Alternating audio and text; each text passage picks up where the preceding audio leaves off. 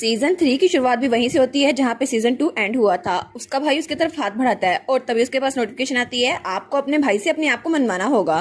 तो वो सोचती है मैं अपने भाई से कैसे मनवा सकती हूँ, ये तो बहुत ज्यादा खतरनाक लग रहा है। और जैसे ही उसकी तरफ हाथ बढ़ा था तभी कोई उसको रोकता है, तुम्हारी हिम्मत कैसे हुई अपने इन फिल्थी हैंड से हमारी बहन को टच करने की। तो वो कहता है क्या, वो अपना हाथ पीछे कर देता है। वो कहता है क्या तुम दोनों अभी मुझे ऑर्डर दे रहे हो। और वहां पे एरिस और इक्सियोन थे जो हमारी लुटिशिया के सामने खड़े थे और वो उसको प्रोटेक्ट कर रहे थे। तो हमारी सोचती है एरिस इक्सियोन, और तब अपने भाई के हाथ पे देखती है तो उसके ग्लव पे खून लगा हुआ था। वो सोचती है क्या, और तब सिचुएशन को थोड़ा ठीक करते हुए वो कहती है मुझे तो आपसे मिलकर बड़ी खुशी हुई बड़े भाई, जियोन इधर आओ ना, हम केक काटते हैं। और वो सोचती है मुझे इसके साथ घुल मिल के रहना होगा ताकि इस पे मेरा कंट्रोल हो सके। लेकिन वो कहती है तुम यहाँ पे मेरी बर्थडे सेलिब्रेट करने के लिए वापस आए हो ना, तो चलो मैं तुम्हें केक देती हूँ, मैंने तुम्हारे लिए बचा के रखा था। और वो तो बहुत ज्यादा चमक रही थी, लेकिन एरिस और जियोन उसको प्रोटेक्ट करने के लिए अभी भी उसके सामने थे और जियोन वो कुछ नहीं बोलता।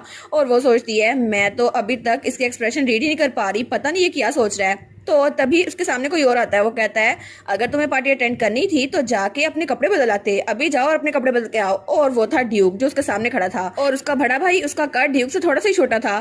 तो तब उसकी तरफ देखता है और उसके बाद वहां से मुड़ जाता है। तो हमारी सोचती है क्या ये ऐसे ही मुड़ गया। और तब उसको जाते हुए देखती है। वो सोचती है जियोन वो पार्टी से निकल गया, लेकिन पार्टी से जाने के बाद वो कपड़े बदलने के बाद वापस नहीं आया, वो वहीं पे रहा, उसने दोबारा पार्टी अटेंड नहीं की। और तब हमें अगले दिन का सीन दिखा रहता है और ड्यूक का मेंशन। और तब हमारी लुटिशिया अपने ऑफिस में बहुत ज़्यादा बेहाल पड़ी हुई थी। वो सोचती है मैं तो उस बारे में सोचना बंद नहीं कर सकती। तो ग्रैंडपा कहते हैं तुम तो बहुत ज़्यादा अनफोकस लग रही हो। वो कहती है हाँ हाँ मैं कम्प्लीटली अनफोकस हूँ। और तब वो सोचती है फाइनली मेरा सबसे बड़ा भाई वापस आ गया। लेकिन तब इक्सियोन और एरिस मेरे सामने आए, उन्होंने तो बहुत ज़्यादा सेंसिटिव रिएक्ट किया। और फादर, उन्होंने भी उसको कहा कि वो वापस चला जाए, अपने कपड़े बदल के यहाँ पर आए। लेकिन फादर भी मुझे उससे छुपाना चाहते थे, पता नहीं ऐसा क्यों था। लेकिन जब वो उस पार्टी से गया तो वापस आया ही नहीं, शायद वो यहाँ आना नहीं चाहता था। लेकिन वो उनसे कहती है आखिर मेरा बड़ा भाई जियोन वो किस तरह का इंसान है और क्या सच में वो बहुत ज़्यादा वायलेंट है। तो तब वाइकाउंट डेयर कहते हैं आप अपने बड़े भाई के साथ क्लोज होना चाहती हैं। तो काउंट कैंडर कहते हैं हाउस मैराथन के सारे लोग बहुत ज़्यादा वायलेंट होते हैं। वो कहती है मेरी फैमिली इतनी भी क्रूल और ब्रूटल नहीं है। तो वो कहता है असल में आपके सारी फैमिली के मेंबर्स में से एरिस वो तो बहुत ज़्यादा ब्रूटल है, लेकिन वो अपने चेहरे पे स्माइल रखे रखता है। और इक्सियोन सच में कहें तो सबसे ज़्यादा रैशनल वही है, क्योंकि उसके दिल में जो होता है वो सबके सामने वही कहता है ऑफ कोर्स। तो हमारी कहती है अच्छा इसलिए इक्सियोन सबसे ज़्यादा रैशनल है। तो वो कहता है जी बिल्कुल, क्योंकि उसके मोटिव हमेशा क्लियर होते हैं। तो हमारी कहती है अच्छा अच्छा मैं समझ गई। तो फिर वो कहता है लेकिन लॉर्ड जियोन आपका सबसे बड़ा भाई, हमें उसके बारे में कुछ भी नहीं पता। तो हमारी लुटिशिया कहती है क्या। तो वो कहता है जी बिल्कुल, वो बचपन से ही हर किसी से अलग रहते थे और बहुत ज्यादा सेंसिटिव है, कोई भी उनके करीब नहीं जाता। और फिर वो कहता है इसलिए हर किसी को लगता है कि वो बहुत ही जरा कोल्ड है, ड्यूक और आपके भाइयों से भी जरा कोल्ड। तो तभी वाइकाउंट डेयर कहता है जी बिल्कुल, और मैंने तो ये भी सुना था कि कोई भी उनके करीब नहीं जाता, बटलर भी नहीं, और ना ही उनके पास कोई पर्सनल अटेंडेंट है, वो अपना सारा काम खुद ही करते हैं। तो तभी वो दिल में कहता है मुझे भी यंग लेडी की अटेंशन चाहिए। तो हमारी ना उसको इग्नोर कर देती है। तो तब वो ग्रैंडपा से पूछती है आखिर आपको पता है जियोन को क्या पसंद है और क्या ना पसंद है। तो पीछे से वाइकाउंट डेयर कहता है मुझे भी टेंशन चाहिए ना, मेरी तरफ देखें। लेकिन ग्रैंडपा कहते हैं यंग लेडी मुझे लगता है कि शायद आपको दूसरे यंग मास्टर से पूछना चाहिए, क्योंकि फेरथोन में इमोशनल एक्सचेंज ही इतना भी नेसेसरी नहीं है, तो उनको भी शायद पता हो या ना हो। तो हमारी सोचती है हाँ बिल्कुल, ये बात तो मैं जानती हूँ कि मेरे आने से पहले इतना इमोशनल अटैचमेंट नहीं था यहाँ पर, लेकिन क्या ये नॉर्मल है। लेकिन मुझे तो इस बारे में बहुत ज़्यादा क्यूरियोसिटी हो रही है, पता नहीं इसको क्या पसंद होगा। और आखिर उसके बारे में इतना अजीब क्या है कि एक बार मैं जब उससे मिली थी तो दोबारा उससे मिल ही नहीं पाई, वो दोबारा मेरे पास आया ही नहीं। तो तभी वाइकाउंट डेयर कहता है ओ मेरे दिमाग में एक चीज़ आई है। वो कहती है अच्छा मुझे बताओ क्या है। वो कहता है मैंने सुना था कि मॉन्स्टर को मारना बहुत ज़रा मज़ेदार है, ये उन्होंने कहा था जब वो छोटे थे। तो मान कहती है अच्छा। तो वो दिल में कहती है ये हेल्पफुल तो है, लेकिन ये इतना डरावना क्यों है। और तब हमें अगले दिन का सीन दिखा रहता है और हमारी लुटिशिया उसके दरवाजे के बाहर खड़ी थी। वो सोचती है मुझे वहां जाना होगा ताकि अपने भाई के साथ थोड़ी दोस्ती कर सकूं, लेकिन मुझे वाइकाउंट ने कहा था कि उनके साथ इमोशनल एक्सचेंज करना मुश्किल है, लेकिन मैं उनसे डिसएग्री करती हूँ और हम तो फैमिली है ना। चाहे वो मुझे देखकर बहुत ज़्यादा गुस्सा था या पता नहीं उसका एक्सप्रेशन मुझे समझ नहीं आ रहे थे, लेकिन मैं उससे दोस्ती करना चाहती हूँ।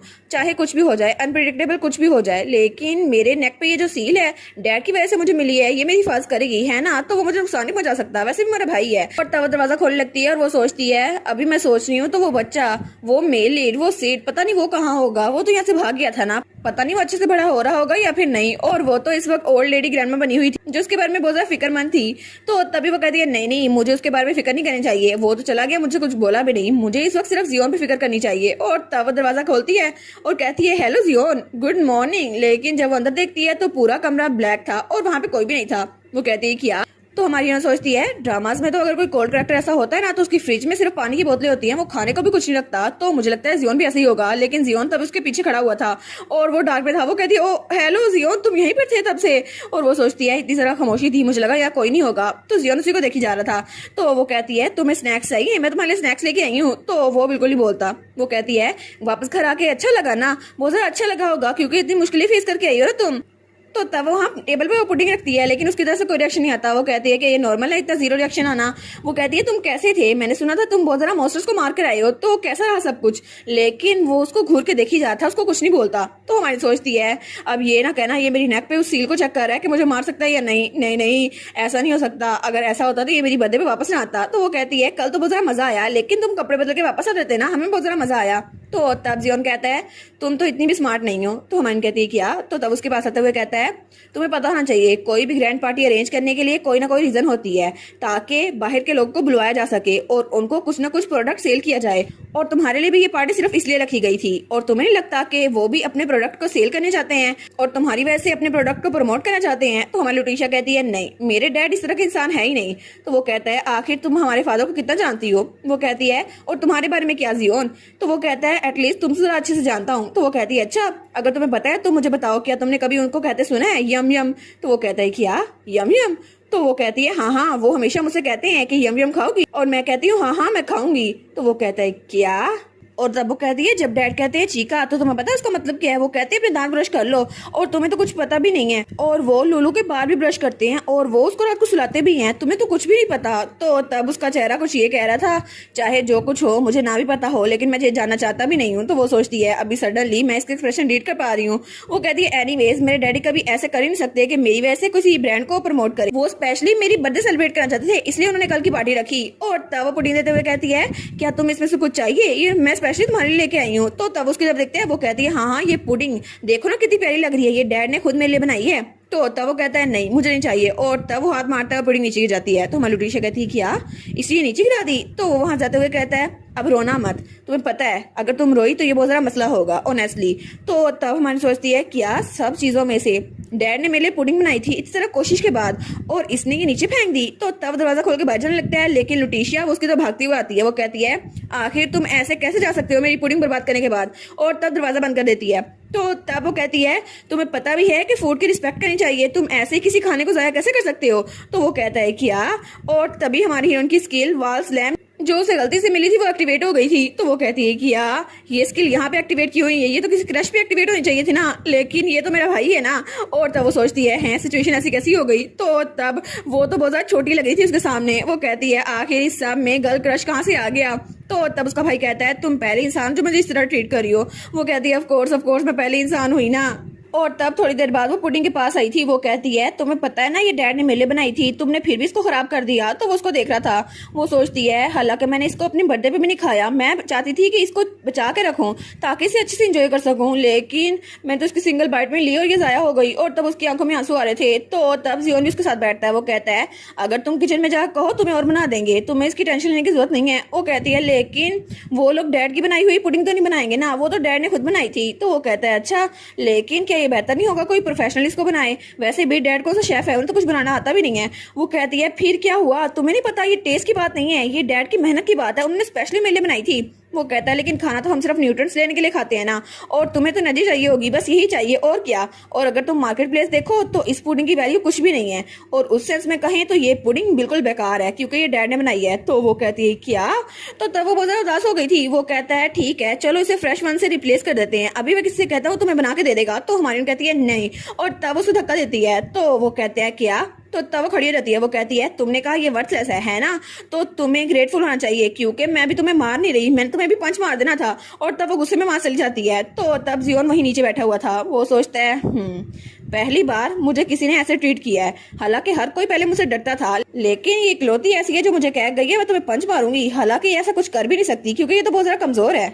हमें हमारी लुलु दिखाई जाती है जिसे बहुत ही ज्यादा गुस्सा आया हुआ था और वो घास को खड़ी जा रही थी। वो सोचती है अब मैं जितना इसके बारे में सोच रही हूँ मुझे और ज्यादा गुस्सा आ रहा है। उसने बोला था ये पुडिंग तो बिल्कुल वर्थलेस है, इसको तो कोई भी बना सकता है और तुम्हें किसी शेफ की बनी पुडिंग खानी चाहिए। और वो तो बड़े गुस्से में थी। वो कहती है उसे क्या पता, वो तो कुछ जानता ही नहीं है, ये तो डैड ने मेरे लिए बनाई थी। और उस वक्त तो वो घास उखाड़ के अपना गुस्सा कम कर रही थी, लेकिन वो सोचती है मैं तो जरा गुस्सा थी, मुझे पीछे नहीं हटना चाहिए था, मुझे वो पुडिंग उसके मुंह पे मारनी चाहिए थी, लेकिन ये सिर्फ मैं इमेजिन कर सकती थी, ऐसा हो नहीं सकता। तो तभी उसे पीछे से कोई बुलाता है लुलु। तो लुलु पीछे देखती है तो उसकी छोटी छोटी आंखों में मोटे मोटे आंसू थे। तो तब वहां पर उसका डैड था।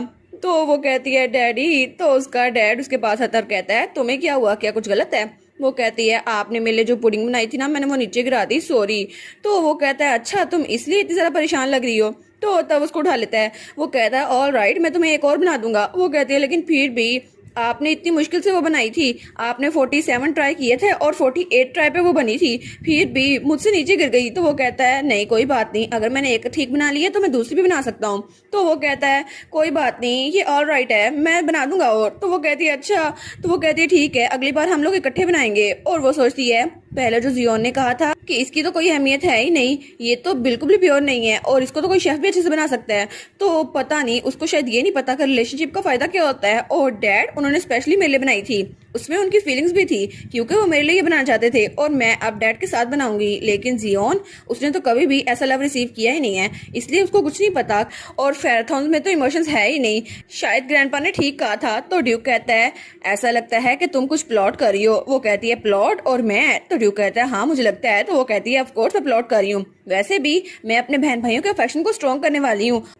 और वो दिल में सोचती है वैसे भी मैं जाऊंगी और उससे अपॉलजी लूंगी क्योंकि मैं ग्रजेस होल्ड करके रखती हूँ। और उसके बाद वो अपने भाई के कमरे में पहुंच चुकी थी और वहां पर उसने एक नीचे बुक रखी हुई थी। तो उसका भाई कहता है क्या अब ये क्या है? वो कहती है रास्ते में मुझे ये मिल गई थी और वो तो अपने भाई के सामने बहुत ज्यादा छोटी लग रही थी। तो तब वहां से जाते हुए कहती है इसको ले लो या छोड़ दो, अपनी मर्जी है तुम्हारी। तो तब नीचे झुकता है और उस बुक को उठाता है। वो कहता है अब ये क्या है? और वहां पर एक बनी और एक कैट से बनी हुई थी जो हमारे लुलु और उसके भाई की तरह थी और वहां पे लिखा था मैं अकेला नहीं हूँ। तो वो कहता है अब ये क्या है? तो तब वो कहता है अच्छा मुझे बताओ ये आखिर है क्या? तो हमारी लुलु वो तो उसके सोफे पे बैठी हुई थी और अपनी सारी की सारी चीजें भी वहीं पे ले आई थी, अपनी ब्लैंकेट भी, अपने खिलौने भी। तो वो कहती है क्या मतलब, क्या बताऊं तुम्हें, मैं यहाँ पर हूँ ना। तो तब उसको देखता है, वो कहता है क्या? और तब उसके पास आता है लुलु, कहती है अब क्या हुआ?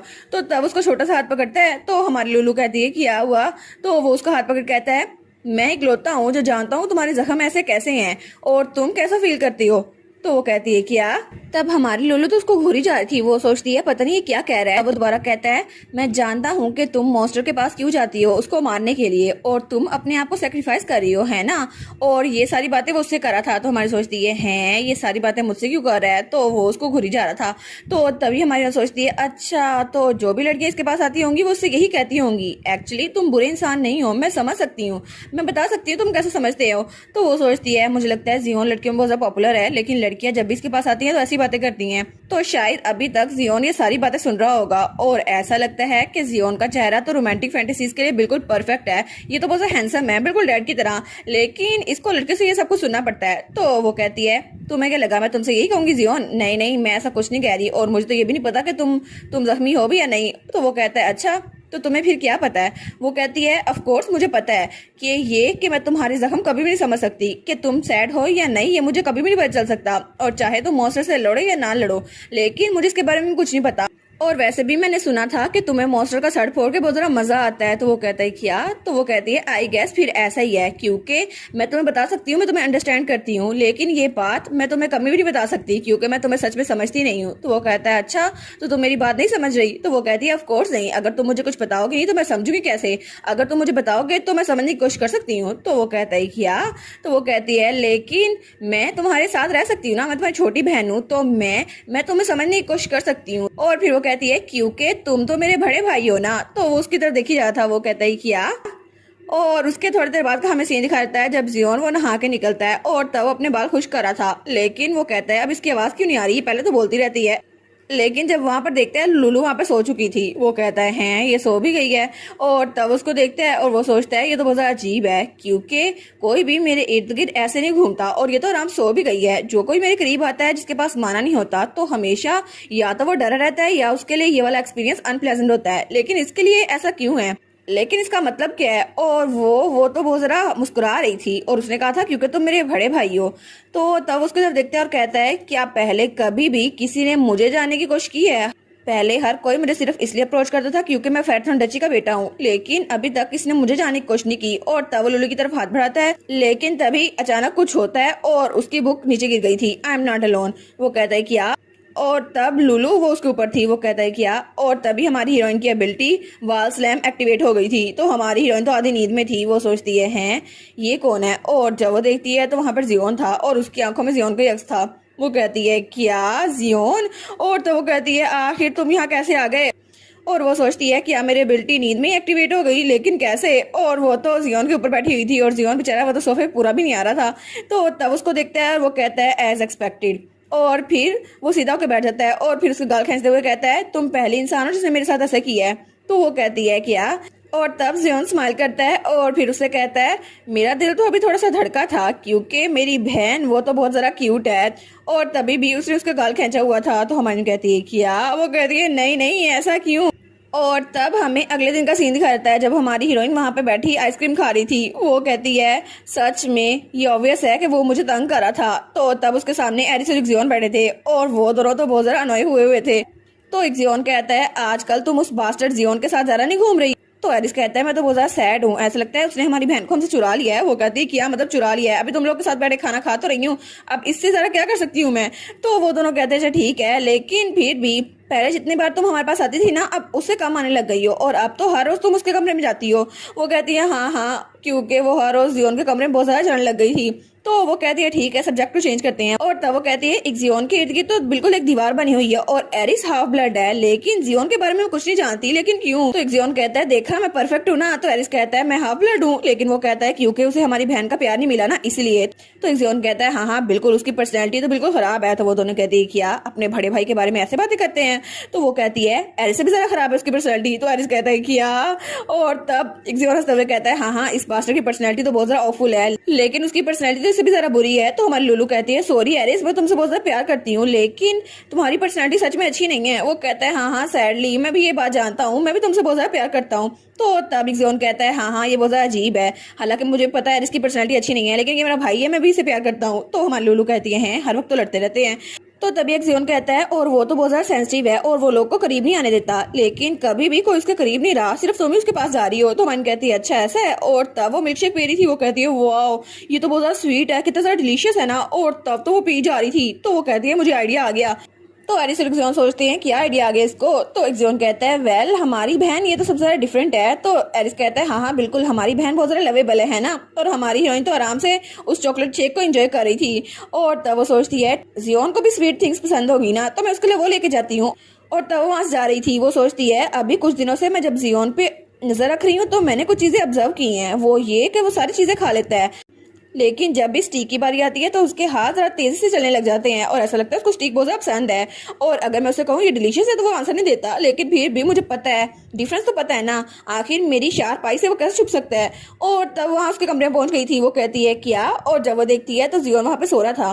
वो कहती है ये कब से सो रहा है? और ये तो पहली बार है जब मैंने जियोन को ऐसे आराम से सोते हुए देखा है। तो तब वो देखती है तो जियोन बड़ा प्यारा लग रहा था। वो कहती है जियोन तो बहुत ज्यादा सेंसिटिव है, ये बात सब कहते हैं, लेकिन फिर भी मुझे तो ये गलत लग रहा है। ये तो मेरे सामने सो रहा है ना देखो, और इसका स्लीपिंग फेस तो बिल्कुल एक एंजल की तरह लग रहा है। और मुझे लगता है बड़ा होके तो ये डैड से भी ज्यादा हैंडसम बनेगा। और तब उसको देखी जाती थी। वो सोचती है मुझे तो इसको म्यूजियम लेके जाना चाहिए, लेकिन मैं इसकी प्रीशियस स्लीप को डिस्टर्ब नहीं कर सकती। और तब वो अपना ब्लैंकेट ले आई थी जो वो अपने कमरे से लेके आई थी। और तब वो ब्लैंकेट उसके ऊपर देने लगती है और वो कहती है ठीक है अभी थोड़ी देर के लिए मैं तुम्हें ब्लैंकेट देती हूँ, लेकिन तभी जियोन उसका हाथ पकड़ लेता है। तो वो कहती है क्या? और वो बेचारी तो डर गई थी। वो कहती है जियोन। तो जियोन वो अपनी नींद से जागता है जैसे उसने कोई बुरा ख्वाब देखा हो। तो वो उसको देखता है और कहता है तुमने अभी क्या किया? तो वो कहती है मैंने तो बस तुम्हें ब्लैंकेट दिया था और कुछ नहीं। और वो दिल में सोचती है मेरी कलाई वो तो बहुत ज्यादा दर्द कर रही है। तो जियोन उसकी तरफ घूर के देखता है और कहता है निकल जाओ यहाँ से, अभी की अभी निकल जाओ। तो वो जल्दी से कमरे से बाहर निकल आई थी। वो कहती है क्या मुझे पता था कि वो मुझे बाहर निकाल देगा, लेकिन मुझे ऐसा क्यों लग रहा है जैसे मुझे अभी धक्के दे के बाहर निकाला गया है। लेकिन मुझे लगा था शायद मैं उसके थोड़ी क्लोज हो गई हूँ, लेकिन फिर भी। और वो सोचती है शायद उसे ब्लैंकेट का कलर पसंद नहीं आया होगा जो मैं उसे दे रही थी। नेक्स्ट टाइम मैं उसे पूछूंगी उसे कौन सा कलर पसंद है। तो तभी वहाँ पे ग्रैंडपा काउंट कैंडर आते हैं। वो कहते हैं माई लेडी। वो कहती है ग्रैंडपा क्या हुआ, आप इतने घबराए हुए क्यों लग रहे हैं? तो उसके कान में आके कहता है ये मैसेज एनश्योर गिल्ड की तरफ से है, आपकी वही सीक्रेट गिल्ड। तो वो कहती है क्या? वो कहते जल्दी चलो हम स्टडी में चलते हैं। और इसके बाद वो लोग स्टडी में बैठे हुए थे। वो कहती है लेकिन क्या मतलब? आपका कहने का मतलब है कि हमारी गिल्ड की इन्फॉर्मेशन कोई लीक कर रहा है, लेकिन कैसे कर सकता है? और तब वो कहती है आखिर वो हो कौन सकता है? क्या ये वही फुलिश इंपीरियल फैमिली तो नहीं, या फिर कोई और नोबल या कोई और लार्ज गिल्ड? कहीं ये मैजिक टावर का काम तो नहीं है? तो ग्रैंडपा काउंट कैंडर कहता है नहीं, मुझे लगता है ये कोई नया मर्सनरी ग्रुप है। वो कहती है क्या एक नया मर्सनरी ग्रुप? वो कहती है एक मर्सनरी ग्रुप, उससे भी जरा बड़ी बात कि एक नया है। तो तब वहाँ पे वाइकाउंट डेयर उसको रिपोर्ट देते हुए कहता है ये इन्वेस्टिगेशन रिपोर्ट है, इसके जरिए हमें पता चला है कि वो ऑर्गेनाइजेशन वो कुछ महीनों पहले ही बनी थी और उसकी तरक्की का रेट बहुत जरा बड़ा है। तो वो कहती है अच्छा मुझे जरा देखने दो। तो जब उसको देखती है वो कहती है वाओ, इसमें तो सारे रैंक वाले लोग हैं, एफ रैंक से लेकर बी रैंक तक, और एस रैंक भी यहाँ पर शामिल है। तो इसका मतलब है कि एस रैंक वाले वो भी इसमें शामिल हैं। तो ये गिल्ड तो बहुत ज्यादा खतरनाक होगी ना। लेकिन एथिसिस, मैंने ये नाम पहले सुना हुआ है पर मुझे याद नहीं आ रहा कहाँ सुना था। वो कहती है लेकिन वो मर्सनरी ग्रुप, उनको हमारी गिल्ड के बारे में पता कैसे चला? तो वाइकाउंट डेयर कहता है उन्होंने हम पे नजर रखी हुई थी कई महीनों से। वो कहती है क्या लेकिन हम तो सेल सिस्टम चलाते हैं ना, किसी को पता नहीं चल सकता हम कहाँ से ऑपरेट कर रहे हैं। वो कहता है लेकिन असल में उसका मर्सनरी ग्रुप का जो लीडर है ना, उसने उस पजल के पीस को इकट्ठा कर दिया और उसको पता चल गया कि हमारी असल में पहचान क्या है। तो फिर वो दोनों कहते हैं हमें माफ कर दिया माय लेडी, ये हमारी गलती है। वो कहती है नहीं नहीं, मुझे लगा ही था कि इस तरह हमारा कभी न कभी राज फाश हो ही जाएगा, तो हमें अपना गार्ड डाउन नहीं करना चाहिए। लेकिन वो कहती है आखिर मर्सनरी कैप्टन किस तरह का इंसान है? तो तब वो कहता है असल में उसकी आइडेंटिटी अभी भी मिस्ट्री में है, किसी को नहीं पता उसका जेंडर क्या है और ना ही किसी को पता है कि उसका पास करियर क्या है। किसी को उसके बारे में कुछ नहीं पता सिवाय इसके कि वो बहुत ज्यादा स्ट्रॉन्ग है। तो हमारी सोचती है क्या आखिर कोई ऐसा मर्सनरी ग्रुप जो इतना ज्यादा स्ट्रॉन्ग और सीक्रेट है वो मेरे बैकग्राउंड को क्यों टिक कर रहा है ताकि वो इन्फॉर्मेशन सेल कर सके? लेकिन ये फैक्ट के एनश्योर गिल्ड ये फेरथॉन चला रहा है, तो फिर तो बहुत जरा मसला हो जाएगा। हमें तो पहले जरा पोजीशन फेस करनी पड़ेगी, और अगर ऐसा हुआ फिर तो मेरी गिल्ड के साथ साथ मेरी आइडेंटिटी भी रिवील हो जाएगी। लेकिन मैं खुद ही सोच रही थी इसको रिवील कर दूं, लेकिन अभी नहीं। वो कहती है ठीक है, सबसे पहले हमें उन जासूसों का खात्मा करना होगा। अगर कोई भी ट्रबल सा मसला हुआ तो इन्फॉर्मेशन ज्यादा लीक हो सकती है, इसलिए इसको खुद ही तुम लोग देख लेना।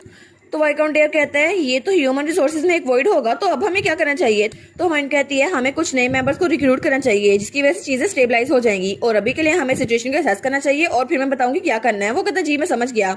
और उसके बाद सीन होता है और हमें दोबारा से महल दिखा रहता है। वो कहती है आखिर ये इतने ज्यादा दिन कैसे गुजर गए मुझे तो पता ही नहीं चला, और नया सीजन आ भी गया और तब वो तो अंगड़ाई लेकर वहां जा रही थी। वो कहती है काम तो कभी खत्म होता ही नहीं है, और मुझे सच में बहुत ज्यादा फिक्र हो रही थी कि मेरा इंश्योर गिल्ड वो सेफ रहे, इसलिए मैं बहुत ज्यादा काम कर रही थी। लेकिन मुझे उससे भी जरा मसला इसलिए हो रहा है क्योंकि मेरी चिकन शॉप की फ्रेंचाइज और खुल रही है और लोग कहते हैं प्लीज हमारा फेवरेट स्टैक में ऐड करें ना, इसमें हमारे घर के पास खोलें, ये लोकेशन सही रहेगी। लेकिन मेरा शेड्यूल तो बहुत ही ज्यादा बिजी हो गया है, अब तो मुझे इन्वेस्टिगेशन करने का भी टाइम नहीं मिल रहा।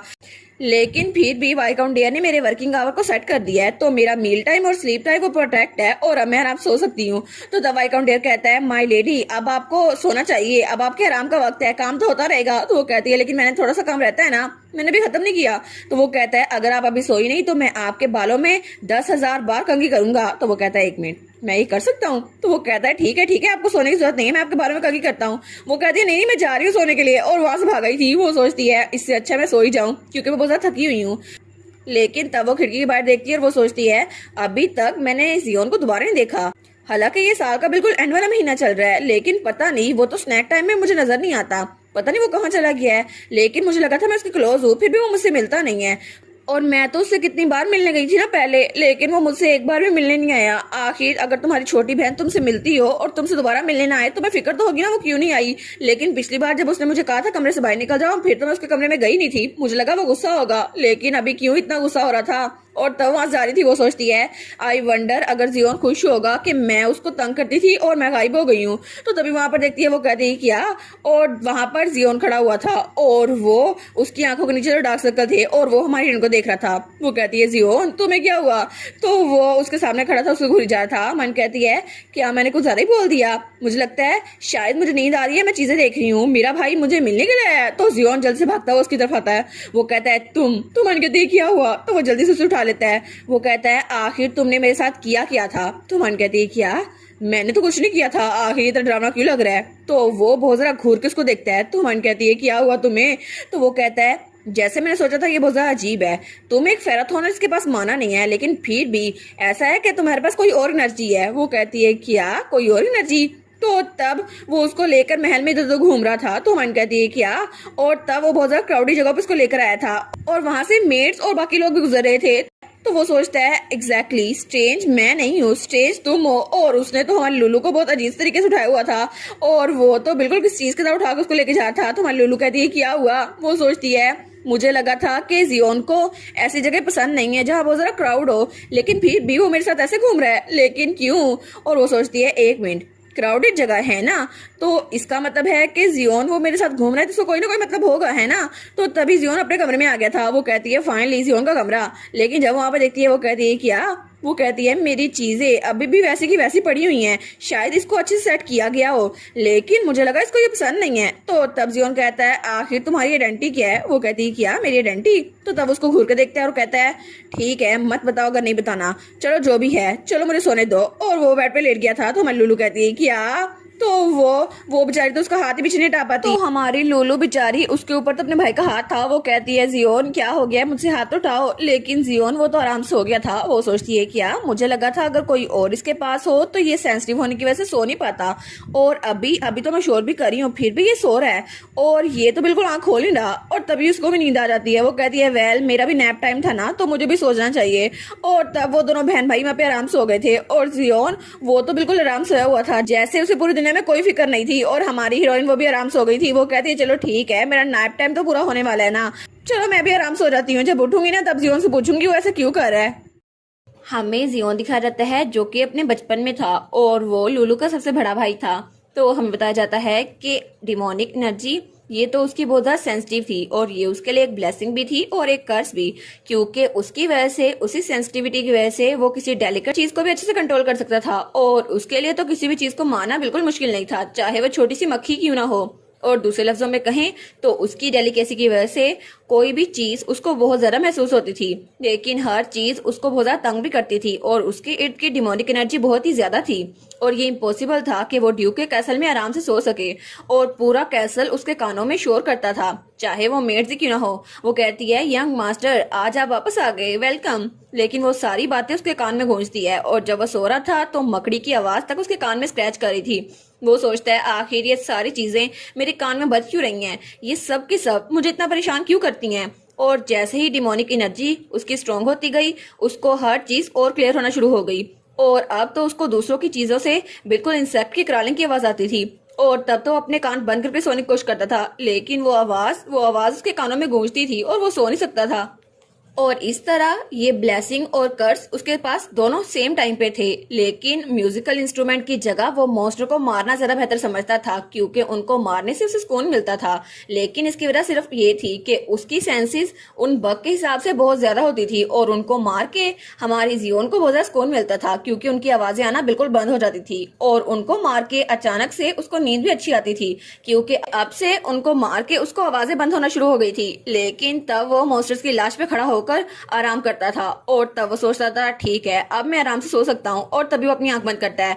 लेकिन वो सोचता है यही रीजन थी कि मैंने फेराथन डची छोड़ दी ताकि मैं मॉन्स्टर्स को मार सकूं। लेकिन उस वक्त जब वो लुलू के साथ था तब तो उसने किसी मॉन्स्टर को भी नहीं मारा था और तब वो आराम सोया हुआ था। लेकिन थोड़ी देर बाद आराम से नींद पूरी करने के बाद उसकी आंख खुलती है। वो सोचता है क्या ये बच्ची ठीक है, हालांकि मेरे साथ सोई हुई है लेकिन फिर भी।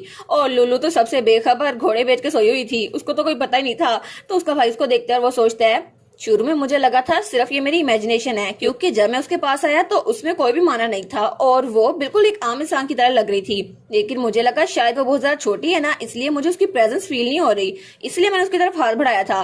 लेकिन ये सिर्फ पहली बार ही था कि मैं किसी नॉर्मल इंसान को बिना डिमोनिक एनर्जी के टच कर सकता था और वो मेरे पास रहता था, मुझे कुछ होता नहीं था। और पिछली बार भी जब वो कमरे में थी तो मैं आराम से सो गया था और मुझे पता ही नहीं चला कि वो कमरे में आई भी है या नहीं और लुलू तो मेरे पास ही बैठी हुई थी। लेकिन जब वो बच्ची मेरी साइड भी होती है ना तो मेरे लिए सोना बहुत ही ज्यादा आरामदायक हो जाता है और मैं तो बिना किसी टेंशन के सो जाता हूँ।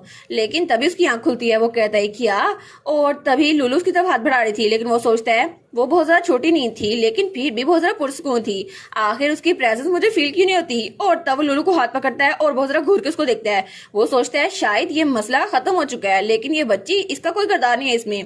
और आखिर ये बच्ची, इसमें जरूर कोई ना कोई बुराई होगी ना, इसमें कोई मैजिक होगा, इसी वजह से ये सब कुछ हो रहा है। तो तब वो लुलू को बिल्कुल डीमन समझता है और वो कहता है चली जाओ यहाँ से। लेकिन हमारी लुलू उसकी बात मान जाती है और आराम से वहां से निकल रही थी, लेकिन वो मुड़कर उसको देखी जा रही थी। वो सोचता है, और तभी मुझे रियलाइज हुआ जब हम लोग अकेले हुए, क्योंकि तब मुझे दोबारा से नींद आना बंद हो गई और मुझे फिर से लोग की प्रेजेंस फील होना शुरू हो गई और मैं कभी भी इस आवाज से छुटकारा नहीं पा सकता था। ये बिल्कुल ऐसा था कि मुझे एक सहरा में पानी की एक बूंद मिल गई हो और तब मेरे लिए बहुत ज्यादा सुकूनदा था।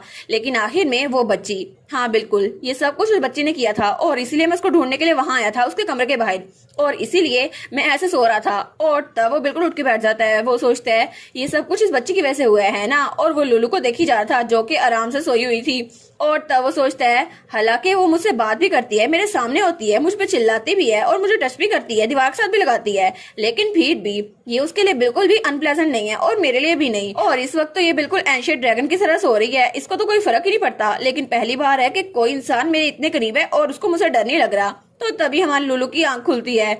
तो जब अपने भाई को देखती है तो उसी को घूरा था। वो कहती है, क्या भाई, आखिर ये मुझे कितनी देर से घूरी जा रहे हैं। तो तब वो कहती है, क्या आपको अच्छी नींद आई? तो वो कहता है, हाँ बिल्कुल। तो वो कहती है, आपके डार्क सर्कल तो खत्म हो गए हैं, मुझे लगता है कि आपने पहले बिल्कुल भी नींद नहीं ली थी, आप तो सोए नहीं थे। वो कहता है, हाँ बिल्कुल, मैं पहले नहीं सोया था। वो कहती है, क्या मतलब? मुझे पता है बहुत ज्यादा लंबे हैं, लेकिन फिर भी आपकी बॉडी ग्रो हो रही है, आपको सोना चाहिए, ये तो आपके लिए बहुत ज्यादा टफ रहा होगा ना। तो वो कुछ नहीं बोलता। तो फिर उसके सर पे हाथ रखता है और कहता है, अगर तुम मेरी साइड पे रहोगी ना तो मैं सो सकता हूँ। वो दिल में सोचती है, क्या मैं उनके साथ रहूंगी? लेकिन मेरे पास तो कोई एबिलिटी भी नहीं है जिसकी वजह से उनको नींद आ जाए। तो तभी वो फिर से उसको उठा लेता है। तो हमारी लुलू कहती है, क्या? और तब उसने दोबारा से उसको वैसे उठाया हुआ था जैसे उसको पहले उठा के ले गया था, बिल्कुल किसी छोटे से खिलौने की तरह। तो हमारी कहती है, हैं, इन्होंने मुझे ऐसे उठाया हुआ है। तो वो कहती है, आखिर ये डेजा वो क्यों लग रहा है मुझे? वो कहती है, जियोन, हम लोग कहाँ जा रहे हैं? और जियोन तो एक तरफ भरा था। और तभी वो दरवाजा खोलता है और उसने अपनी बहन को भी वैसे उठाया हुआ था। तो तब वो पहुंचे थे ड्यूक के ऑफिस में। वो कहती है, डैड का ऑफिस है, लेकिन जियोन यहाँ पर क्यों आया है? और उसका एडवाइजर भी पास ही खड़ा था। तो तब हमारा जियोन कहता है, मुझे आपको कुछ बताना है योर ग्रेस। तो ड्यूक कहता है, क्या? तो हमारी कहती है, लेकिन आखिर तुम मुझे यहाँ पर क्यों लेकर आए हो? और तब वहां से वो एडवाइजर चला गया था और उसके दोनों भाई एरिस और जियोन वो भी वहां पर आ गए थे और ड्यूक भी वहां पर खड़ा था। तो सब लोग उसको देख रहे थे। तो ड्यूक कहता है, अच्छा, तो तुम्हारा कहने का मतलब है कि जब तुम लुलू के साथ होते हो तो तुम्हारी सेंसिटिव सेंसेस बिल्कुल डल बन जाती है ना? तो वो कहता है, जी बिल्कुल, मैं बिल्कुल भी दूसरों के प्रेजेंस से बॉदर नहीं होता और मुझे लगता है ये इस बच्ची की वजह से ही हुआ है। और लुलू तो बड़ी खुश थी कि मेरी वजह से मेरे भाई को स्कूल मिल रहा है।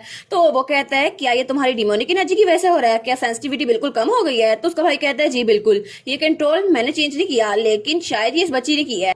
तो मैं सोचती है, अच्छा, एक्सियोन का मतलब था कि जियोन बहुत ज्यादा सेंसिटिव है, तो ये इसकी डिमोनिक एनर्जी की वजह से था, है ना? तो एक्सियोन कहता है, वो तो बहुत ज्यादा सेंसिटिव है, वो लोग को अपने करीब नहीं आने देता। तो मैं सोचती है, अच्छा, इसीलिए उसकी आंख के नीचे इतने डार्क सर्कल बने हुए थे, उसको तो नींद ही नहीं आ रही थी मेरे बगैर। तो तब एरिस कहता है, लेकिन इसका ये भी मतलब हो सकता है ना कि साइड इफेक्ट वो डिसअपेयर हो गए हैं। तो वन कहती है, तो क्या मैं जियोन के लिए हेल्पफुल हूँ डैडी? तो उसका फादर कहता है, हाँ बिल्कुल, मुझे भी ऐसा ही लगता है। तो वो कहती है, सच्ची? तो मुझे ये बताए ना, मैं उसकी और हेल्प कैसे कर सकती हूँ, आप मुझे बताएंगे ना? और वो तो बड़ी खुश हो रही थी। तो ड्यूक मुंह पीछे कर लेता है। वो सोचती है, हैं डैड, आपको क्या हुआ?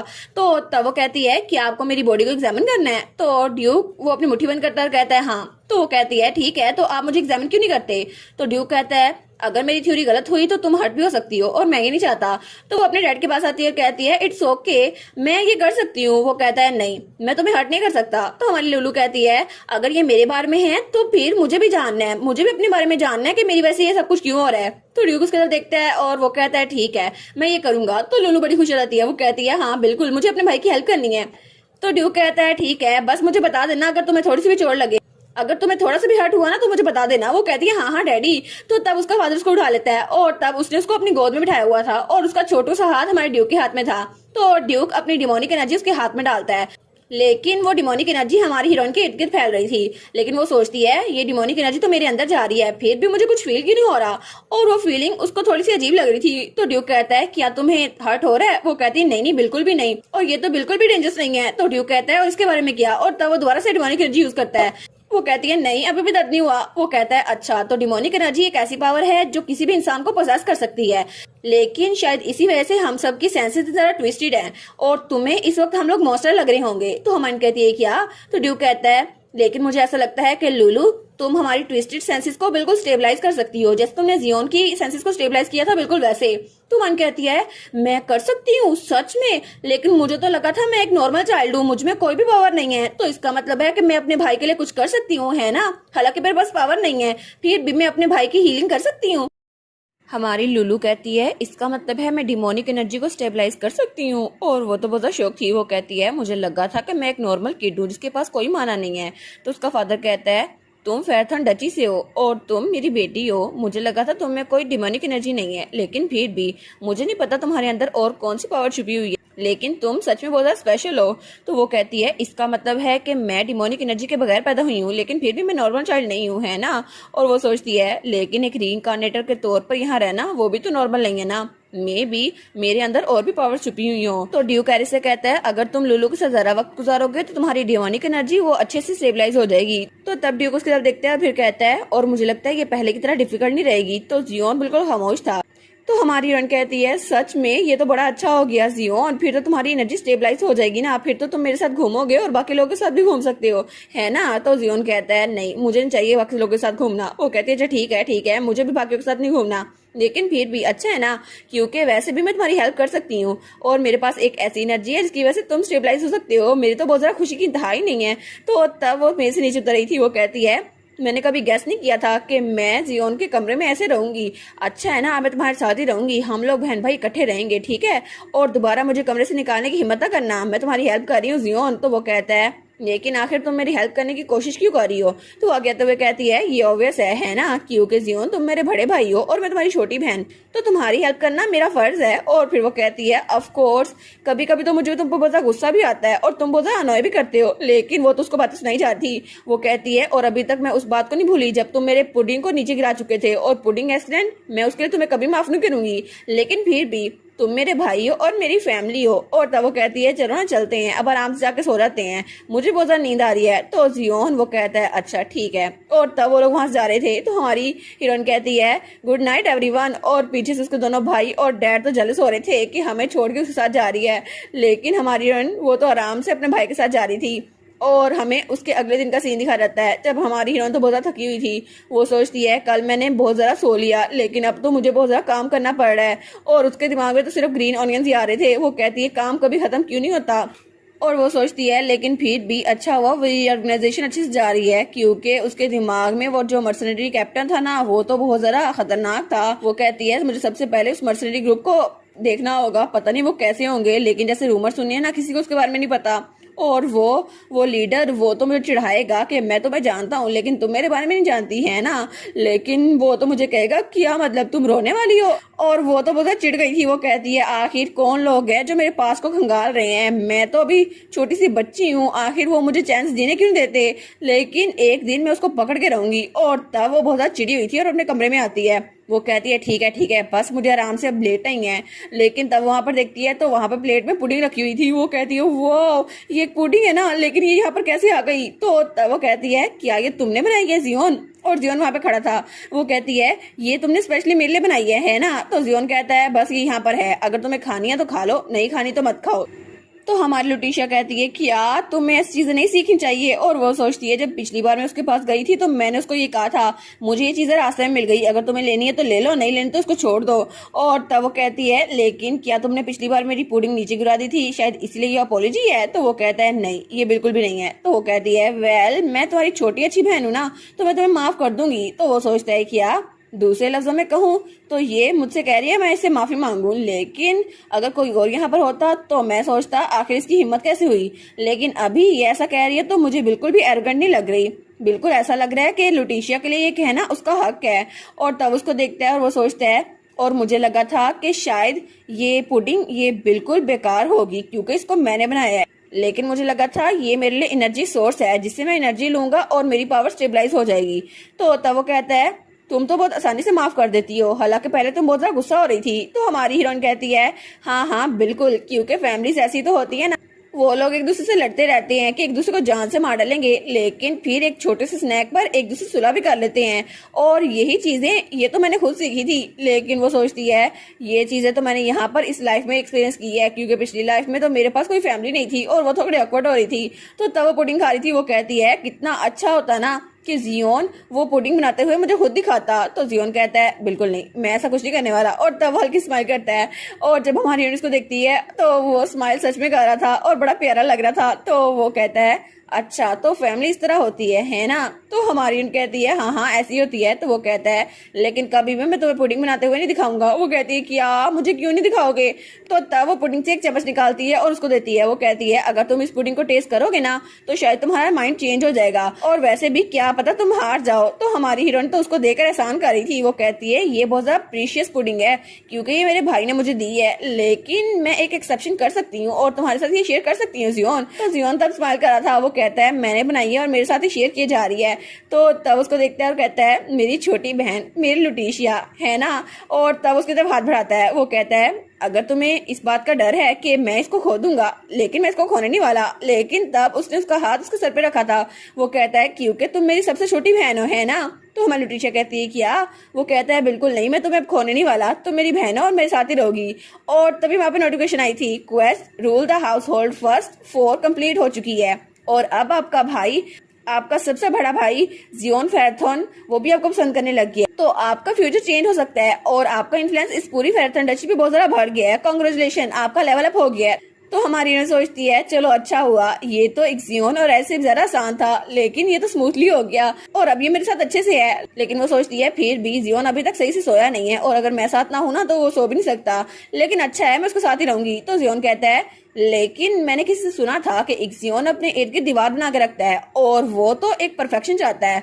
तो वो कहती है क्या, आखिर तुमने ये बातें कहाँ सुन ली। तो वो कहता है और मैंने सुना था कि एरिस हाफ ब्लड है और उसको किसी की कोई परवाह नहीं है, बस वो अपनी फैमिली की फिक्र करता है और सिर्फ लुटीशिया की।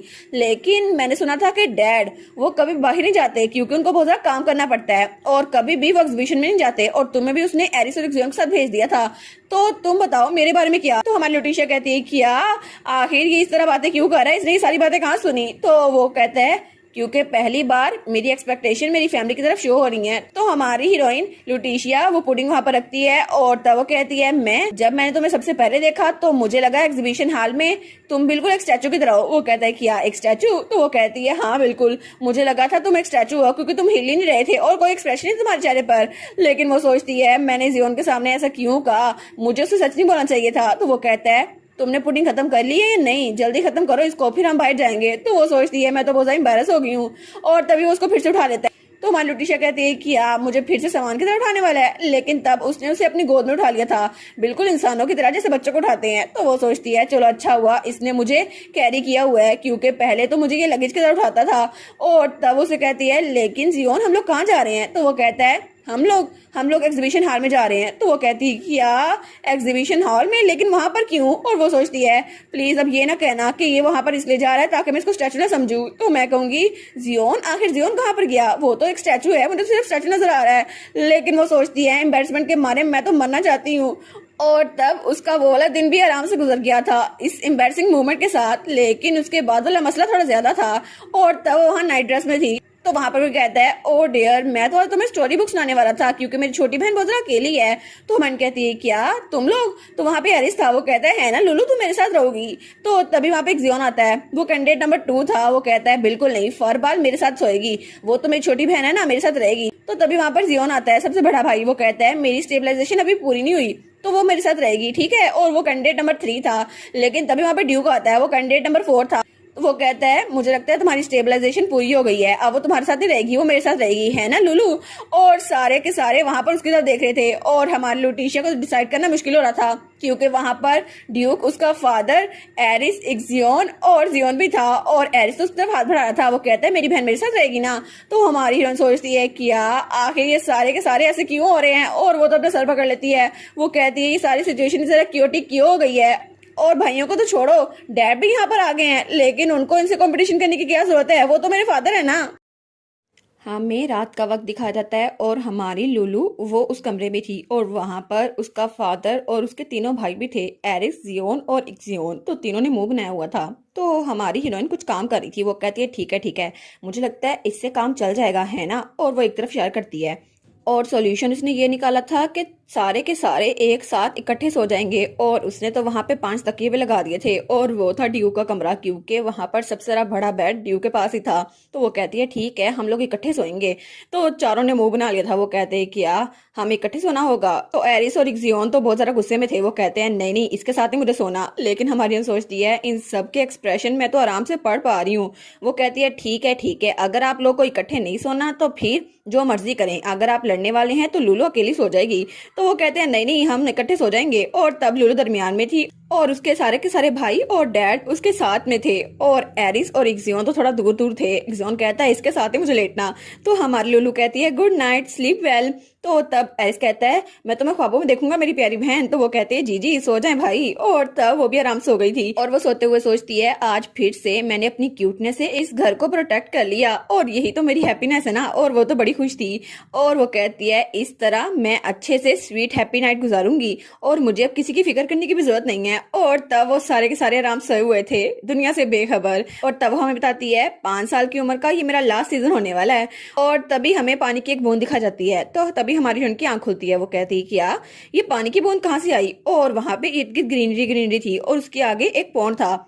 वो कहती है ये तालाब यहाँ पर कैसे आ गया, लेकिन वो तालाब कुछ ज्यादा ही बड़ा था। वो कहती है ये तो इतना जरा बड़ा है, इसको तो मैं तालाब कह भी नहीं सकती। तो तभी वो पानी पे टैप करती है। वो कहती है तो वही जगह है ना जहाँ पे मैं पहले उस डेविल से मिली थी। लेकिन जैसे ही वो पानी पे टैप करती है तो पानी उसकी उंगलियों के इर्द गिर्द मूवमेंट करता है और तभी उसके सामने से उछल के ऊपर होता है। वो कहती है क्या ये क्या हो रहा है। लेकिन तभी वहां पर वही जगह थी जहाँ वो पहले आई थी। वो कहती है कि तो वही खंडर है ना जो मैंने पहले देखे थे, लेकिन लगता है ये पहले से जरा ठीक हो गए हैं, ये तो पहले से जरा अच्छे लग रहे हैं ना। तो तब वहां पर देखती है तो वहां पर वही आता है, वही डेविल। वो कहता है बहुत दिनों बाद मिले रीडर। और तब वो स्माइल करता है। तो हमारी कहती है क्या तुम फिर से आ गए।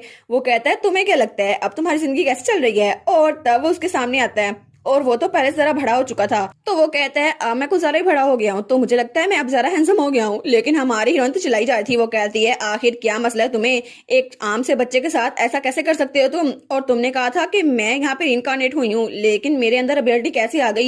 हालांकि मेरे पास डिमोनिक एनर्जी नहीं थी, लेकिन मेरी एबिलिटी है क्या। तो वो कहता है बस कर दो, थोड़ा शांत हो जाओ। और उसके तो बाल उड़ गए थे। वो कहता है अच्छा ठीक है, तो तुम्हें मैं बताता हूँ तुम्हें क्या लगता है कि तुम इस फैमिली में बोर्न क्यों हुई थी रीडर। तो वो कहती है मैं क्यों हुई थी, क्योंकि ऑब्वियसली तुमने मुझसे पूछा था और मैंने कहा था कि मेरी विश है कि मुझे एक ऐसी जगह चाहिए जहाँ पे हैंडसम डैड और ब्रदर्स हों। लेकिन क्या तुमने यही नहीं कहा था। वो कहता है हाँ हो सकता है, लेकिन तुम्हें सच में लगता है कि ये ऐसा ही है। तुम्हें नहीं लगता कि तुम नॉवेल्स को और स्टोरीज को समन कर सकती हो और यही तुम्हारी एबिलिटी है ना रीडर। तो वो कहती है क्या। तो वो कहते हैं ऑफ कोर्स, अगर तुम एक आम इंसान होती जिसके पास कोई एबिलिटीज ना होती तो तुम अभी तक जागी ना होती और ना ही तुम इस दुनिया में होती। और तुम्हारे पास ये जो एबिलिटी है ना नॉवेल्स को समन करने की और स्टोरी से उनके करेक्टर और खूबियां लेने की, ये एबिलिटी फैर्थन डची में बहुत ज्यादा इंपॉर्टेंट है। तो वो कहती है सच में, लेकिन मुझे लगा था मेरी एबिलिटी मैं सिर्फ इस वजह से यूज कर सकती हूँ क्योंकि मैं एक कॉन्ट्रैक्ट के जरिए स्कैम हो गई थी। तो वो कहती है इसका मतलब है कि मैं अपनी पावर इस वजह से यूज कर रही हूँ क्योंकि मैं फैर्थन ब्लड लाइन से हूँ।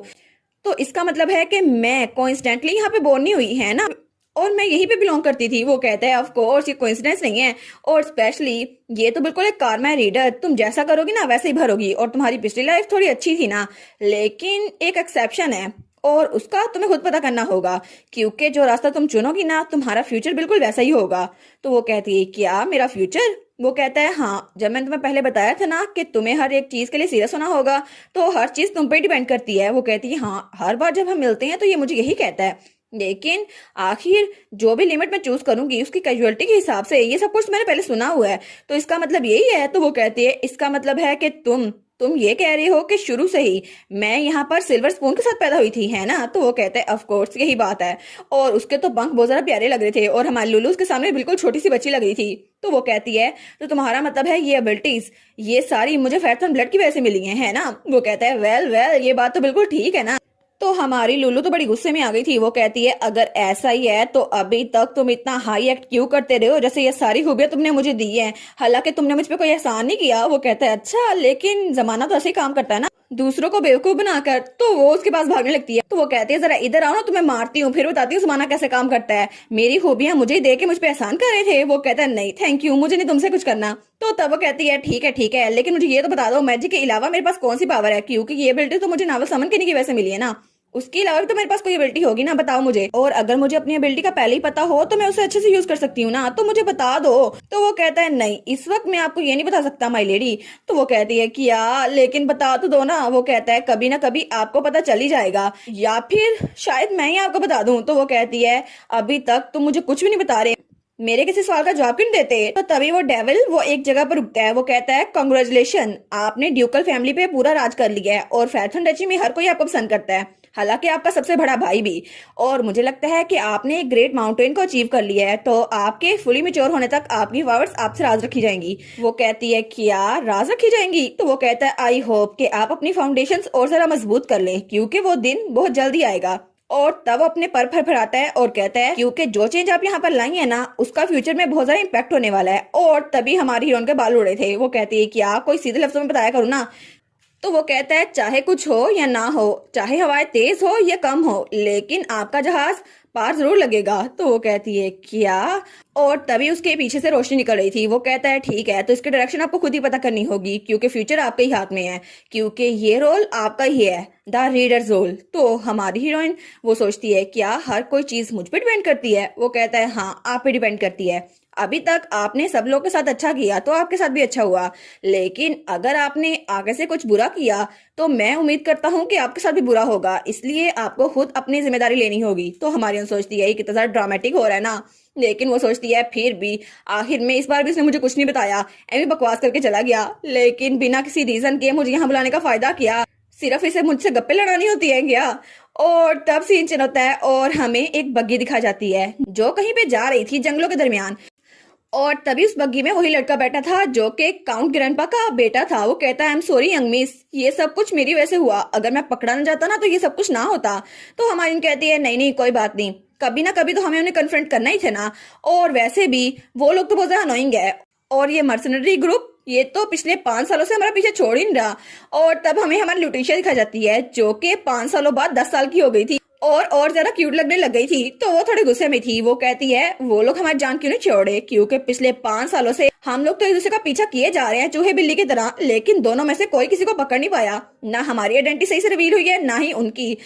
लेकिन मुझे लगता है आज ही वो ड्रामेटिक निगोशिएशन होगी जब हम एक दूसरे के आमने सामने होंगे, क्योंकि ये म्यूचुअल नीड होगी ना। और पिछली बार मुझे पता चलने ही वाला था, लेकिन फिर भी मैं नॉक्शियस थी तो मेरे हाथ से निकल गए। तो वो कहता है I am sorry young lady. तो वो कहती है नहीं नहीं कोई बात नहीं, ये गोल्डन अपॉर्चुनिटी है, हम उस बास्टर की आइडेंटिटी पता करवा के रहेंगे, तो हमें इस चांस को मिस नहीं करना चाहिए। तो वो कहता है ऐसा लगता है हम लोग पहुंच गए।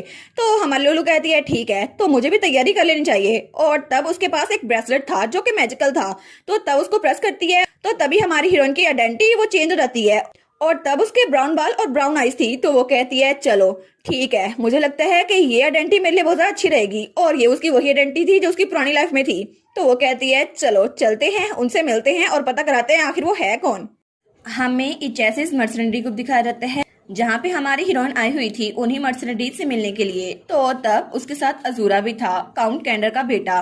तो तब वो लोग वहां पर आते हैं, लेकिन तब जब वो लोग वहां पर आते हैं तो वो जगह तो बहुत ज्यादा शानदार थी, और हमारी हीरोइन ने तो अपना भेस बदलने के साथ साथ वहां पे एक मास्क भी पहना हुआ था जस्ट इन केस। वो सोचती है मुझे लगा था शायद ये किसी किराए की जगह पर होंगे ताकि हमें इनके रियल हाइड आउट का पता ना चले, लेकिन कितना अच्छा है ना कि ये जगह क्लासी लग रही है। और वो सोचती है ऐसा लगता है ये कहना चाहते हैं कि अगर मुझे इनकी लोकेशन का पता चल गया तो ये ठीक रहेगा, है ना। तो तभी वहां पर कोई इनको वेलकम करता है, welcome master of ensure merchant Gill. और तब अजूरा और हमारी हीरोइन वहां पर देखते हैं, तो तब वहां पे एक आदमी बैठा हुआ था। वो कहता है आपसे मिलकर बड़ी खुशी हुई, तो फाइनली आप यहाँ पर आ ही गई, लेकिन मुझे ये सुनकर और भी ज्यादा खुशी हो रही है कि जिससे एम्पर खुद नहीं मिल सकता वो भी मुझसे मिलने के लिए यहाँ पर आ रही है। तो हमारी लोलू कहती है असल में ये सब तो मुझे आपसे कहना चाहिए, क्योंकि एक फेमस इचेसिस मर्सनरी ग्रुप का लीडर जिसे कोई भी नहीं मिल पाया, और कोई भी क्लाइंट बेशक उसको एक फॉर्चून क्यों ना दे वो किससे मिलने के लिए तैयार नहीं होता। और तब वो किसी और की तरफ देखती है जो वहां पे बैठा नहीं था, जो वहां पे खड़ा था ब्लैक बॉल वाला लड़का। तो वो कहती है आपसे मिलकर बहुत ज्यादा खुशी हुई लीडर। तो वो लड़का कहता है क्या तो तभी वहां पे जो आदमी बैठा हुआ था वो कहता है हाँ हाँ बिल्कुल, मैंने कभी उम्मीद नहीं की थी कि तुम इसको पहचान जाओगी, लेकिन हमारे लीडर को पहली नजर में पहचान लेना ये तो सच में तुम्हारा ही काम है। तुम्हारी नजर तो बहुत ज्यादा तेज है और इसीलिए तो तुम अपने ग्रुप की लीडर हो, है ना। तो तब वो कहता है क्योंकि जब भी मैं यहाँ पे बैठता हूँ ना, हर किसी को यही लगता है कि असल में मैं लीडर हूँ, लेकिन असल में ये लीडर यही है। तो तब हमारी सोचती है हाँ बिल्कुल, क्योंकि मैं ये बात समझ सकती हूँ और इसका ऑरा वो कुछ और ही है, लेकिन ये आदमी जो यहाँ पर खड़ा है ये तो बिल्कुल आम सा लगता है। इसको देखकर कोई भी नहीं समझ सकता कि ये एस रैंक का है, क्योंकि ये एस रैंक का लगता ही नहीं है और इसीलिए यही इनका लीडर है और ये बहुत ज्यादा चालाक है। इनफैक्ट इसको ये भी पता है कि मुझे ही पता चल जाता। तो तब वहां पर आती है और वो सोचती है ये इंसान, इसको पता है कि मैं क्या कर सकती हूँ, क्योंकि पिछले 5 साल से ये मेरे पे नजर रखे हुए है और मैं इस पे, लेकिन ये लोग तो बहुत ज्यादा कॉशियस थे। और तब उसको देखती है और वो सोचती है क्योंकि असल में यही आदमी है मर्सनरी लीडर और यही हम पे नजर रख रहा था। तो वो आदमी कहता है फाइनली हम लोग मिल ही गए। तो हमारी लुलू सोचती है क्या इसने ऐसा क्यों कहा, और जब उसको देखती है तो उसके बाल सेम टू सेम उसकी फैथन फैमिली की तरह थे, लेकिन उसकी आईज का कलर चेंज था। वो सोचती है ये आखिर मुझे ऐसे क्यों देख रहा है, और वो तो उसको बिल्कुल ऐसे देख रहा था जैसे उसे पता हो कि हमारी लुलू यहाँ पर आएगी, और वो तो बड़ी स्माइल से देख रहा था। तो हमारी सोचती है कहीं इसको ये तो नहीं पता कि मैं कौन हूँ, लेकिन वो उसको देखती है और वो सोचती है अरे हाँ ये भी तो मुझ पर ट्रैकिंग कर रहे थे ना, तो मैं भी इनको पता हो कि मैं यहाँ पर आने वाली हूँ। तो लड़का कहता है ठीक है तुम बैठ जाओ, और उसके बाद वो लोग वहाँ सोफे बैठ गए थे और हमारे लुलू और अजूरा एक साथ, और वो दोनों लड़के उनके सामने थे। तो लीडर कहता है लेकिन क्या ये अनफेयर नहीं है कि तुम यहाँ पर आई हो लेकिन फिर भी तुमने मास्क लगाया हुआ है, हम लोग तुम्हारा चेहरा नहीं देख सकते। तो वो कहती है वेल कभी भी मैंने ये नहीं कहा था कि मैं यहाँ पर मास्क लगा के नहीं आऊंगी। वो कहता है फिर भी मुझे लगता है मैं अपना माइंड चेंज कर रहा हूँ, क्योंकि इसकी प्राइस मुझे बताओ। तो वो कहती है क्या प्राइस, वो कहता है हाँ बिल्कुल तुम्हारा चेहरा देखने की प्राइस। वो कहती है वेल मेरा चेहरा कोई आम सा चेहरा नहीं है, ये बहुत एक्सपेंसिव है और मैं एक मर्चेंट हूँ ना, तो इसलिए अकाउंट्स एक्यूरेट होने चाहिए और तुम्हें अगर मेरा चेहरा देखना है तुम्हें कीमत अदा करनी होगी। तो वो स्माइल करके कहता है अच्छा, तो मुझे लगता है ये बात ये असल में सेंस बनाती है। सर्टनली ये फेस तो बहुत ज्यादा एक्सपेंसिव है, क्योंकि इसको तो एम्पर भी नहीं देख पाया। तो वो सोचती है क्या ये फेस सच में कहीं ये जानता तो नहीं कि मैं असल में लुटीशिया हूँ, लेकिन इसको कैसे पता होगा। तो वो कहती है हाँ बिल्कुल ये फेस तो एम्पर ने भी नहीं देखा, तो तुम इसको कैसे देख सकते हो। और वो सोचती है ओ नो कहीं इसको पता ना चल जाए ना। तो तब वो कहती है ठीक है अब मुझे बताओ तुम क्या कीमत दोगे मेरा चेहरा देखने की। तो तब स्माइल करता और कहता है 1 लाख शीरन फ्लावर्स, मैं तुमको यही कीमत दे सकता हूँ। तो वो तीनों कहते हैं क्या, और उसका साथी तो गुजारी शौक हो गया था। तो हमारी हीरोइन सोचती है 1 मिनट, ब्लैक गोल्ड बनाने के लिए कुछ ही इंग्रेडिएंट्स चाहिए होते हैं और उन सब में से सबसे इम्पोर्टेंट इंग्रेडिएंट वो यही है शीरन फ्लावर्स, जो कि पेलो प्लांट्स पे उगते हैं, लेकिन उनको लेना तो बहुत ज्यादा मुश्किल है, क्योंकि पहले जो फ्लावर्स उगते थे ना वो तो बहुत सारा आराम से हम ले लेते थे, क्योंकि वहां पे मॉन्स्टर जो था वो सोया हुआ था, लेकिन अब तो उनको लेना बहुत ही ज्यादा मुश्किल हो गया है। और तब मैं तो वहां पर लोगों को भेजती थी ताकि उन फ्लावर्स को पिक कर लें, लेकिन इसको शक नहीं होता था कि इसी से हम लोग ब्लैक गोल्ड बनाते हैं। लेकिन अब जबकि वो मॉन्स्टर जाग चुका है तो हर कोई वहां जाने से डरता है, और यही मसला आ गया है, क्योंकि ब्लैक गोल्ड बनाने के लिए हमें सबसे पहले माना स्टोन लेना होता था, शीरन फ्लावर लेना होता था और उसके साथ साथ बाकी चीजें लेनी होती थी, लेकिन सबसे इम्पोर्टेंट चीज ये शीरन फ्लावर थे। और अगर हम इसको छोड़ देंगे तो ब्लैक गोल्ड बन नहीं सकेगा, फिर मैं अमीर कैसे होंगी। लेकिन अब तो वहाँ पे मॉन्स्टर जाग गया ना, अब तो कोई वहाँ पे जाता ही नहीं है, तो इसके लिए मुझे पावरफुल मर्सनरीज को हाइड करना पड़ता है और मेरे पास कोई चॉइस नहीं थी। लेकिन अगर अब ये कह रहा है कि मैं तुम्हें शीरन फ्लावर दे दूंगा तो वो लोग तो मुझ पर शक करेंगे ना कि आखिर तुम्हें वो क्यों चाहिए, क्या उससे वो बनती है, क्या उससे ब्लैक गोल्ड बनता है, क्या सच में ये मेन इंग्रेडिएंट है। लेकिन उनको पता चल गया ना तो सबको पता चल जाएगा कि मैं फैरथन फैमिली की सबसे छोटी बेटी हूँ, इसलिए मैंने डिसाइड किया था कि मैं चैसिस मर्सनरी ग्रुप के साथ डील करूंगी। लेकिन अगर इनको पता चल गया मेरे बारे में तो वो कहती है लेकिन ठीक है इनको भी तो हमसे ब्लैक गोल्ड चाहिए ना, चलो हम एक दूसरे का सीक्रेट रख लेते हैं। तो वो लड़का हंस रहा था, वो कहता है मुझे लगता है कि तुम्हारे चेहरे के लिए कीमत ठीक होगी या फिर तुम्हें कीमत बढ़ानी है। तो हमारी हीरोइन कहती है और अगर मैं मना कर दूं, वो कहता है तो फिर ये डील तो स्टार्ट से अनफेयर थी, तुम्हें और कीमत चाहिए तो बता दो। तो हमारी सोचती है क्या मुझे हार्ड टू गेट प्ले करना चाहिए सिर्फ इसलिए। वो कहती है ठीक है अगर मैंने अभी अपना चेहरा दिखा दिया ना, इसको अपना मास्क उतार दिया तो इसे लगेगा शायद ये मेरा रियल फेस है ही नहीं। वो कहती है 1.5 लाख, मुझे 1.5 लाख शीरन फ्लावर चाहिए, अगर तुमने मुझे वो दे दिए तो फिर मैं अपना मास्क उतार दूंगी। तो वो स्माइल करके कहता है हाँ ठीक है।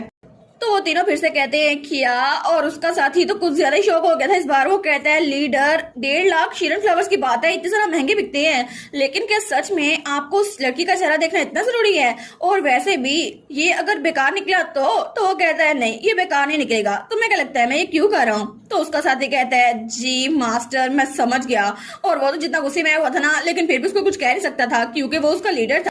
तो वो लड़का कहता है मुझे लगता है ये पेमेंट सफिशिएंट होगी ताकि तुम अपना मास्क निकाल सको, है ना? तो तब हमारी लुलू को घूरा था, तो हमारी लुलू कहती है ठीक है मैं समझ गई। और तब वो अपने मास्क पे क्लिक करती है, तो वो कहता है और अपनी हुड भी, तुम इसे भी उतार दो, मुझे तुम्हारा चेहरा अच्छे से नजर आना चाहिए। तो वो कहती है अच्छा ठीक है, तो तब अपनी हुड भी पीछे करती है। तो तब वो सोचती है वैसे भी ये मुझे 1.5 लाख फ्लावर्स दे रहा है, तो मैं नेचुरली इसको ये चेहरा दिखाई दूंगी, क्योंकि असल में ये थोड़ी ना मेरा चेहरा है। वो कहती है देख लिया तुमने मेरा चेहरा, अब ठीक हो तुम? तो वो उसको देखते हैं लेकिन कुछ बोलता नहीं है। तो हमारी सोचती है क्या ये कुछ ज्यादा ही चुप नहीं हो गया? वो कहती है क्या मैं कुछ ज्यादा ही खूबसूरत हूँ इसलिए तुम स्पीचलेस हो गए? लेकिन वहां पे तो बिल्कुल खामोशी हो गई थी। और वो आदमी जो उसके साथ था वो कहता है ऐसा लगता है कि तुम्हारी शक्ल देखकर वो बिल्कुल चुप हो गया है, क्योंकि तुम तो बिल्कुल ही खास नहीं हो। तो हमारी कहती है हाँ हाँ ये तो एक जोक था। तो वो कहता है गिल्ड मास्टर ने सोचा था तुम बहुत ज्यादा खूबसूरत होगी, लेकिन तुम तो बिल्कुल मजाक निकली। वो कहती है क्या ये सच में सीरियस है भी या नहीं? अगर ये मेरा असली चेहरा देख लेता ना तो शौक से भी होश उड़ाता, क्योंकि असल में मैं तो लुलू हूँ ना। और अगर इनको पता चल जाता ना कि मैं ड्यूक फेरथोन की बेटी हूँ, फिर तो ये बहुत ज्यादा शौक हो जाते। तो वो आदमी तो अभी तक हंसी जा रहा था। वो कहता है हमारे लीडर ने पता नहीं किया होगा, लेकिन उनके स्टैंडर्ड बहुत ज्यादा हाई हैं और वो कभी भी तुम जैसी लड़की को नहीं देखेंगे, उनको तो दुनिया की सबसे खूबसूरत लड़की चाहिए होगी। तो तब उसका लीडर कहता है मुझे माफ करना मैं मेंशन करना भूल गया। तो वो आदमी कहता है क्या क्या मेंशन करना भूल गए लीडर आप? तो तब हमारी हीरोइन और जरूरत की तरफ देखती है, तो वो कहता है असल में मुझे यही चेहरा देखना था, क्योंकि मैं पहले से जानता था कि ये चेहरा ऐसा ही होने वाला है। तो हमारी कहती है क्या हमारी लुलू उस लीडर से कहती है क्या आप मुझे सिड्यूस करने की कोशिश कर रहे हैं ताकि निगोशिएशन में आपको एडवांटेज मिल सके? तो वो कहता है नहीं नहीं मैं तो बस फैक्ट स्टेट करा था, क्या तुम्हें ऐसा लग रहा है? वो कहती है हाँ मुझे ऐसा ही लग रहा है, लेकिन ये काम नहीं करेगा क्योंकि मेरे इर्द गिर्द बहुत ज्यादा हैंडसम मैन है। और वो अपने फादर और भाइयों का जिक्र कर रही थी। और तब वो कहती है और इसके अलावा मेरी सराउंडिंग्स में मेरा सबऑर्डिनेट वो भी बहुत ज्यादा हैंडसम है, तो मेरे स्टैंडर्ड्स बहुत ज्यादा हाई हैं। तो उसके साथ आइजन बैठा हुआ था। तो वो कहती है वैसे भी ये नेचुरल है ना कि एक रिच कैपेबल यंग वुमन के साथ इतने जरा हैंडसम लोग हों, है ना? तो ये देखो कितना जरा हैंडसम है। तो वो जरा ब्लश कर रहा था और शर्माई जा रहा था। तो तब वो लीडर कहता है अच्छा तो तुम्हारे कहने का ये मतलब है ना? तो लुलू कहती है क्या? तो वो थोड़ा सा जेलस हो रहा था। वो कहता है तुम्हारा कहने का मतलब है तुम्हारी टाइप ये है। तो तब वो कहती है क्या ये सच में जेलस हो रहा है, लेकिन इसको क्या जेलसी हो रही है? तो तब वो कहती है चाहे जो भी है एजन सच में बहुत हैंडसम है ना? और तब उसे स्ट्रेट फेस बनाया हुआ था। वो कहती है ठीक है अब ये बातें करना बंद करो और जल्दी से निगोशिएट कर लेते हैं। और वो सोचती है हालांकि चेसिस ग्रुप का लीडर वो भी हैंडसम मैन से जेलस हुए बगैर नहीं रह सकता। तो तब आइजन तो बेचारा ब्लश किए जा रहा था। तो उस लीडर का साथी कहता है कि यार ये क्या बातें की जा रही है। तब थोड़ी देर बाद उन्होंने काम की बात शुरू कर दी थी। तो हमारी कहती है ठीक है तो मुझे ये बताओ कि जो 1.5 लाख तुम मुझे शीरन फ्लावर्स देने वाले हो जो तुमने प्रॉमिस किया था उनकी कंडीशन कैसी है, पहले मैं वो देखना चाहूंगी। तो वो कहता है जी बिल्कुल जो चीज हम आपको देने वाले हैं उसको देख के ही आप उसकी प्राइस डिसाइड कर सकते हैं, यही एक मर्चेंट का तरीका होता है। लेकिन मर्चेंडीज का लॉ थोड़ा डिफरेंट होता है, इसलिए आपको कंडीशन हम दिखा देंगे जैसे ही आपको प्रोवाइड करेंगे, लेकिन आपकी रिक्वेस्ट हम जरूर पूरी करेंगे। तो वो कहती है ठीक है लेकिन अगर उसकी क्वालिटी चेंज हुई तो उसकी प्राइस भी चेंज हो जाएगी, और अगर ऐसा हुआ तो फिर नुकसान आपको होगा। ठीक है तो सबसे पहले आपको अपनी एबिलिटी शो करनी होगी और इसके लिए आपको अपनी स्किल्स शो करनी होंगी, वरना हम लोग आगे बात नहीं कर सकते। तो वो सोचती है मुझे लगता है इतना प्रोवोक करना उनको काफी होगा। तो लीडर का साथी कहता है कि यार तुम्हें हम पे ट्रस्ट नहीं है हमारी स्किल्स पे? तो वो कहता है अच्छा। तो तब स्माइल करता कहता है लेकिन ये बात सेंस तो बनाती है। वो सोचती है एज एक्सपेक्टेड इसको मेरी प्रोवोकेशन से कोई मसला नहीं हुआ। तो वो कहती है ठीक है लेकिन कंडीशंस मेरी सबसे ज्यादा यही है कि तुम्हें वो जो मॉन्स्टर वहां पे जाके है ना उसको ज्यादा नुकसान नहीं पहुंचाना, ठीक है? और उसको नुकसान पहुंचाए बगैर वो फ्लावर्स लेकर आने हैं। तो लीडर कहता है हाँ बिल्कुल अगर मैं इसको पूरा ना कर सकता तो मैं आपसे मिलने के लिए कहता ही ना, लेकिन जो कंडीशन आपने कही है ना उसके लिए हम 5 साल का अरसा रखेंगे। तो हमारी लोलू कहती है ठीक है तो फिर टोटल ट्रांजैक्शन वो 5 सालों के दरमियान होगी। और वो सोचती है इचेसिस मर्चेंडरी ग्रुप उससे हम शीरन फ्लावर्स लेंगे और फिर अंशुर मर्चेंट गिल्ड वो ब्लैक गोल्ड बनाएगा और उनको देगा। अच्छा लग रहा है, दोनों के लिए फिजिकल गुड्स है तो इस तरह कम मनी लॉन्ड्रिंग होगी। तो फिर ठीक है मुझे लगता है ये ठीक रहेगा। तो वो कहता है ठीक है तो हम अगली मीटिंग में मिलेंगे। वो कहती है क्या लेकिन हमें आपस में मिलने की जरूरत क्या है, वैसे भी मैं एक रिप्रेजेंटेटिव को भेज सकती हूँ ना डेलीगेट करने के लिए। वो कहता है नहीं ये बात 5 साल की है और शीरन फ्लावर्स आपने कहा है कि उस मॉन्स्टर को अटैक किए बगैर हमें लेने हैं, तो इसलिए आपको यहाँ पर आना जरूरी है और मैं किसी रिप्रेजेंटेटिव को इतना ट्रिकी काम करने के लिए मजबूर नहीं कर सकता। और फिर वो स्माइल करके कहता है और मुझे लगता है कि फेस टू फेस कन्वर्सेशन ज्यादा अच्छी होगी ताकि हम लोग एक दूसरे पे ट्रस्ट बना सकें। तो हमारी लुल्लू सोचती है झूठ ना बोलो, कम से कम ये झूठ तो नहीं बोल सकता ना मुझसे, पहले ये कभी किससे नहीं मिला, लीडर होके भी किससे नहीं मिला, लेकिन अब ये मुझसे मिल रहा है और अब ये कह रहा है कि हर बार मुझसे मिला करेगा। ऐसा नहीं है कि इसको हर बार मेरा चेहरा देखने की जरूरत है, लेकिन ये ऐसा क्यों कह रहा है। तो तब वो कहती है ठीक है, अगर ऐसा है तो फिर ठीक है, तो अगली बार टाइम मैं डिसाइड करूंगी क्योंकि मैं बहुत ज्यादा बिजी हूँ। तो तब वो खड़ी होती है और उसकी तरफ हाथ बढ़ाती है। वो कहती है तो हमारी नेगोशिएशन कामयाब रही है ना, तो मैं चाहती हूँ कि आप हमारी इस बात को कॉन्फिडेंशियल रखें ताकि किसी और को पता न चले। तो तब वो भी स्माइल करता है, उसका हाथ मिलाता है और कहता है ऑफ कोर्स, मैं भी आपके प्रीशियस सेल्फ को बहुत ज्यादा अकोमोडेट करूंगा। और तभी हमारी हीरोइन को नोटिफिकेशन आती है, quest emergency procedure ingredient complete हो गए हैं, आपको रिवार्ड के तौर पर 8,000 कैश टिकट मिल रहे हैं और आपने 1 लाख की जगह 1.5 लाख शीरन फ्लावर लिए हैं, उसके लिए आपको एडिशनल रिवार्ड मिलेगा। तो हमारी हीरोइन सोचती है अच्छा हुआ ना, मुझे लगा ये क्वेस्ट जल्दी कंप्लीट नहीं होगी, लेकिन अच्छा हुआ जल्दी कंप्लीट हो गई। लेकिन वो तो उसको घूर ही जा रहा था। वो सोचती है अभी तक इसने मेरा हाथ क्यों पकड़ा हुआ है, ऐसा लगता है ये मुझे बहुत ज्यादा देर से जानता है, लेकिन क्या इसको मेरी आइडेंटिटी तो नहीं पता चल गई। तो तब उसको देखती है, वो सोचती है क्या इसका एक्सप्रेशन तो बिल्कुल एक नॉर्मल सा लग रहा है, लेकिन मुझे ऐसा क्यों लग रहा है जैसे मैंने इसको पहले देखा हो, और ये तो बिल्कुल डेजावू की तरह लग रहा है। तो उससे कहती है क्या हम लोग पहले कहीं मिले हैं। तो तब वो सोचती है उप्स, मैं तो डिस्गाइज में हूँ ना, इसको तो मेरा चेहरा पता ही नहीं है। तो वो कहता है हाँ बिल्कुल, हम पहले मिल चुके हैं। तो वो कहती है क्या सच में, ये तो पिकअप लाइन हुई ना। वो कहती है ठीक है ये पिकअप लाइन है, फिर भी मुझ पे काम नहीं करेगी। तो तब भी वो स्माइल किए जा रहा था, लेकिन तब वो कहती है अब मैं बहुत ज्यादा बिजी हूँ तो मैं चलती हूँ, ठीक है। और तब वो खड़ी होती है और आगे बढ़ने लगती है, लेकिन तभी उसकी हील थोड़ी अटकती है और वो नीचे गिरने लगती है, लेकिन तभी वो हवा में थी। और पीछे से वही लीडर कहता है केयरफुल, आपको केयरफुल रहना चाहिए, और उसने उसको गिरने से बचा लिया था। तो हमारी कहती है थैंक यू सो मच, अब आप मुझे नीचे उतार सकते हैं। तो पीछे से एजन कहता है माय लेडी आप ठीक तो है ना। तो हमारी सोचती है जादू की वजह से मैंने हाइड कर तो ली, लेकिन मुझे इसकी आदत नहीं हुई, इसलिए मैं नीचे गिर रही थी। तो तब वो कहती है थैंक यू सो मच, लेकिन अब हम एक दूसरे का पार्टनर बन चुके हैं ना, तो मुझे आपका नाम जानना होगा, आपका नाम क्या है। तो वो लीडर कहता है ईचन, मेरा नाम है ईचन। और आपका नाम क्या है। तो हमारी कहती है सूर्या, मेरा नाम है सूर्या। लेकिन वो कहती है कोई भी बता सकता है ये हम दोनों के फेक नाम है, क्योंकि ईचन वो इचासिस मर्चेंट्री ग्रुप का लीडर है और मेरा नाम सूर्या जो कि एनश्योर मर्चेंट गेन की लीडर है, इसलिए हमने एक दूसरे को असली नाम नहीं बताए। और तब वो खिड़की में बैठा हमारी लुलू को जाते हुए देख रहा था और हमारी लुलू एजम के साथ अपनी बगी की तरफ भाग रही थी। तो तभी उसका साथी वहां पर आता है। वो कहता है आपने नेगोशिएशन बहुत ज्यादा अच्छे से हैंडल की बिना किसी सिंगल हिच के। तो तब वो कहता है लेकिन मुझे एक बात समझ नहीं आ रही, आखिर आपने 1.5 लाख फ्लावर्स उनको क्यों दे दिए, वो भी एक मास्क के पीछे चेहरा देखने के लिए। आपको सच में लगता है वो चेहरा इतना कीमती था, वो तो बिल्कुल भी इस काबिल नहीं थी। तो तब वो कहता है हाँ बिल्कुल मैं उसका चेहरा देखना चाहता था। वो कहता है लेकिन फिर भी इतनी प्राइस पे करने की क्या जरूरत थी, और वैसे भी हम फ्री में काम थोड़ी ना कर रहे हैं। तो लीडर कहता है अगर तुम्हें कोई मसला हो रहा है तो दरवाजा खुला है, तुम वहां से जा सकते हो। तो वो सोचता है ये हमेशा ऐसे ही करते हैं, ये लीडर हैं लेकिन फिर भी अपना दिल किसी को नहीं दिखाते, हमें तो कभी पता नहीं चलता ये अपने दिमाग में सोच क्या रहे हैं, लेकिन ये कभी भी किसी को कुछ नहीं बताते। तो वो कहता है ठीक है, तो मैं भी गिल्ड मास्टर की आइडेंटिटी पता करने में हेल्प करूंगा, इसलिए मुझे लगता है कुछ भी नहीं है। तो वो कहता है लेकिन फिर भी आप हर बार उस लड़की से खुद क्यों मिलना चाहते हैं, वैसे भी वो लड़की इतनी स्पेशल नहीं है और आप तो उसको गली में मिले भी होंगे फिर भी आपको याद नहीं होगा। तो लीडर कहता है तुम्हें कोई आइडिया नहीं है कि मेरी नजरों में वो कैसे दिखती है, इसलिए तुम अपना मुंह बंद ही रखो। तो वो सोचता है क्या ये एब्नॉक्शियस, इसको लगता है कि वो लड़की चार्मिंग है, लेकिन ये किस तरह का रिमार्क हुआ। तो तभी वो लीडर किसी और को बुलाता है, नेमिस। तो तभी वहां पे नेमिस आता है। वो कहता है जी। तो फिर वो कहता है मैंने गिल्ड मास्टर पे नजर रखी थी, लेकिन ऐसा लगता है कि उसने कोई भी माना स्टोन यूज नहीं किया और उसके पेरेंट्स वही है जो वो दिखाई देती है। और तब हमारी हीरोइन वो बग्गी में बैठ रही थी और वो कहता है ऐसा लगता है कि उसने कोई भी मैजिक यूज नहीं किया अपने पेरेंट्स चेंज करने के लिए।